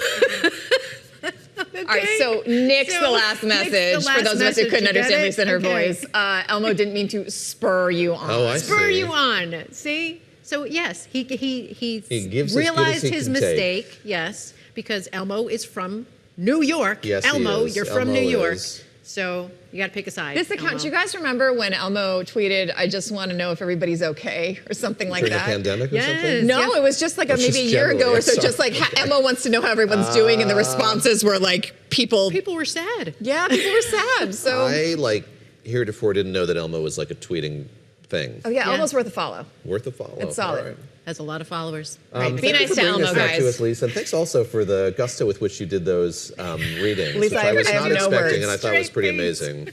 No words. Okay, let's move on to... We're going to have her do the PGA update in that voice. Or the tennis update. Yeah. Okay, travelers. This is from Bloomberg. Travelers spending $20,000 up front to never see a bill on vacation. This is something Christina's told me she does a lot. All-inclusive. Are you the all-inclusive person? Yes, she's all about David, it. This is fake news. Continue, Lisa. Okay, so for one, they're saying it's a good deal. For two, they're saying you're not stressed out about the big bill at the end. Because if you don't go to all-inclusive and you have a lot of kids like David, and then you get the bill at the end, and you're like, where'd all these smoothies come from? Yes. Then you don't have to stress about that if it's all-inclusive. It has a funny effect if you do this. I haven't done it much. I did at Disney World, which you already, I stress before you go there. See? But then you feel like you're compelled to eat everything because... You want to get your money's worth? Absolutely, which is impossible to do, but I will avail myself of the extra Dole Whip or whatever I can get. Wait, so you can pay a flat fee for food and drink at Disney World? It's not all inclusive. Some of the resorts you can get the club lounge level. I got you. Okay. I'm hearing in my ear a lot of pushback. No. Jeez, God. Well, how much would you pay for that all-inclusive? Because some of these, you have to pay $6,000 a week for a couple. Some go as high as $20,000 a week. Because the story behind this is that they're luxury all-inclusive. So you get the private butler. Oh. You get all that. Who comes tell and us about unpacks that. your What's bags it like? for you. I haven't experienced it. What are you doing to me? The woman who has no travel plans because she's too cheap to book a ticket. I will say, I do get very stressed about spending money on vacation. No matter how much I tell myself, you have this much, just spend it. It would be nice to do it up front and know you can just have the most fun and not have to stress about it. That is a concept Probably I get a do massage if you're that stressed about it on vacation. Going to add to that. I don't know if that's all. I'm going to get several, but then I'm going to get stressed about not tipping enough. But still, that's another. You can't tip at the all-inclusive. I feel like there's a rule against that. Is that true? They're against tipping? If it's all-inclusive. Some of them, yeah. No, because if you do, no cash can change hands. No, you can tip the bartender and they bring you bottles, even if it's all-inclusive. Lisa seems to be the expert on this. Don't give me shade. I've speciously directed this at you. Yeah, Mateo down at the end of the table has the inside scoop. I think we should move on. Okay, this one's about luxury too. This is luxury living, okay? Forget about rooftop pools, private dining, celebrities, chef restaurants. Okay, what people want in their luxury condos are longevity services, okay? They want MRI in their luxury condo. What? Okay, so what's happening is that these residents in the city, they're leasing commercial space to these high-end longevity companies. For example, One Highline, big, $3 million to $30 million are the condo prices, fancy ones. I would love to live there. So they have Atria Health and Research Institute there, and you can go and you can be a part of this. So it's a selling point for these luxury MRI places. with a view. An MRI Boy. with a view. The dream we've all had. First of all, MRIs have no view, but I guess you can wave at it on the way in. Yeah. I mean, I understand part of Justify this. No, defend it, absolutely not. defend Absolutely it. not. But it is nice to have access to some wellness amenities, right? You're seeing like more spas go in and yes. saunas and things like that. I don't know. Cold plunge? I did pay extra to have access to a cold plunge. Really? You did the cold plunge? At my gym. I paid the extra amount to have access to a cold plunge. And you survived. Yeah, I'm usually the only girl in it, but I do like a cold plunge. That is true. You guys haven't cold plunged? No, What? I have not. Okay, No. so we're all going on our workout field trip. Remember, you said you weren't coming to Pilates with us, David, but you're going to come to Pilates, and we'll do the cold plunge, and we'll report back. It'll be great. Can we do a hot tub instead? I don't like cold plunge. Stay tuned, everyone. We'll see if I, in fact, do that. And if I do, we'll surely talk about it here on Bloomberg This Weekend. Thank you very much for joining us on Saturday and Sunday. You can join our colleagues in Asia this evening when global markets kick off trading at 7 o'clock Eastern Time. I am David Gura. I'm Christina Ruffini. We are, of course, here with Lisa Mateo and all her various vocal voices. We'll be with you every Saturday and Sunday starting at 7 a.m. Eastern. The Michelle Hussein Show starts here on Bloomberg TV, radio, and Next. Stick with us.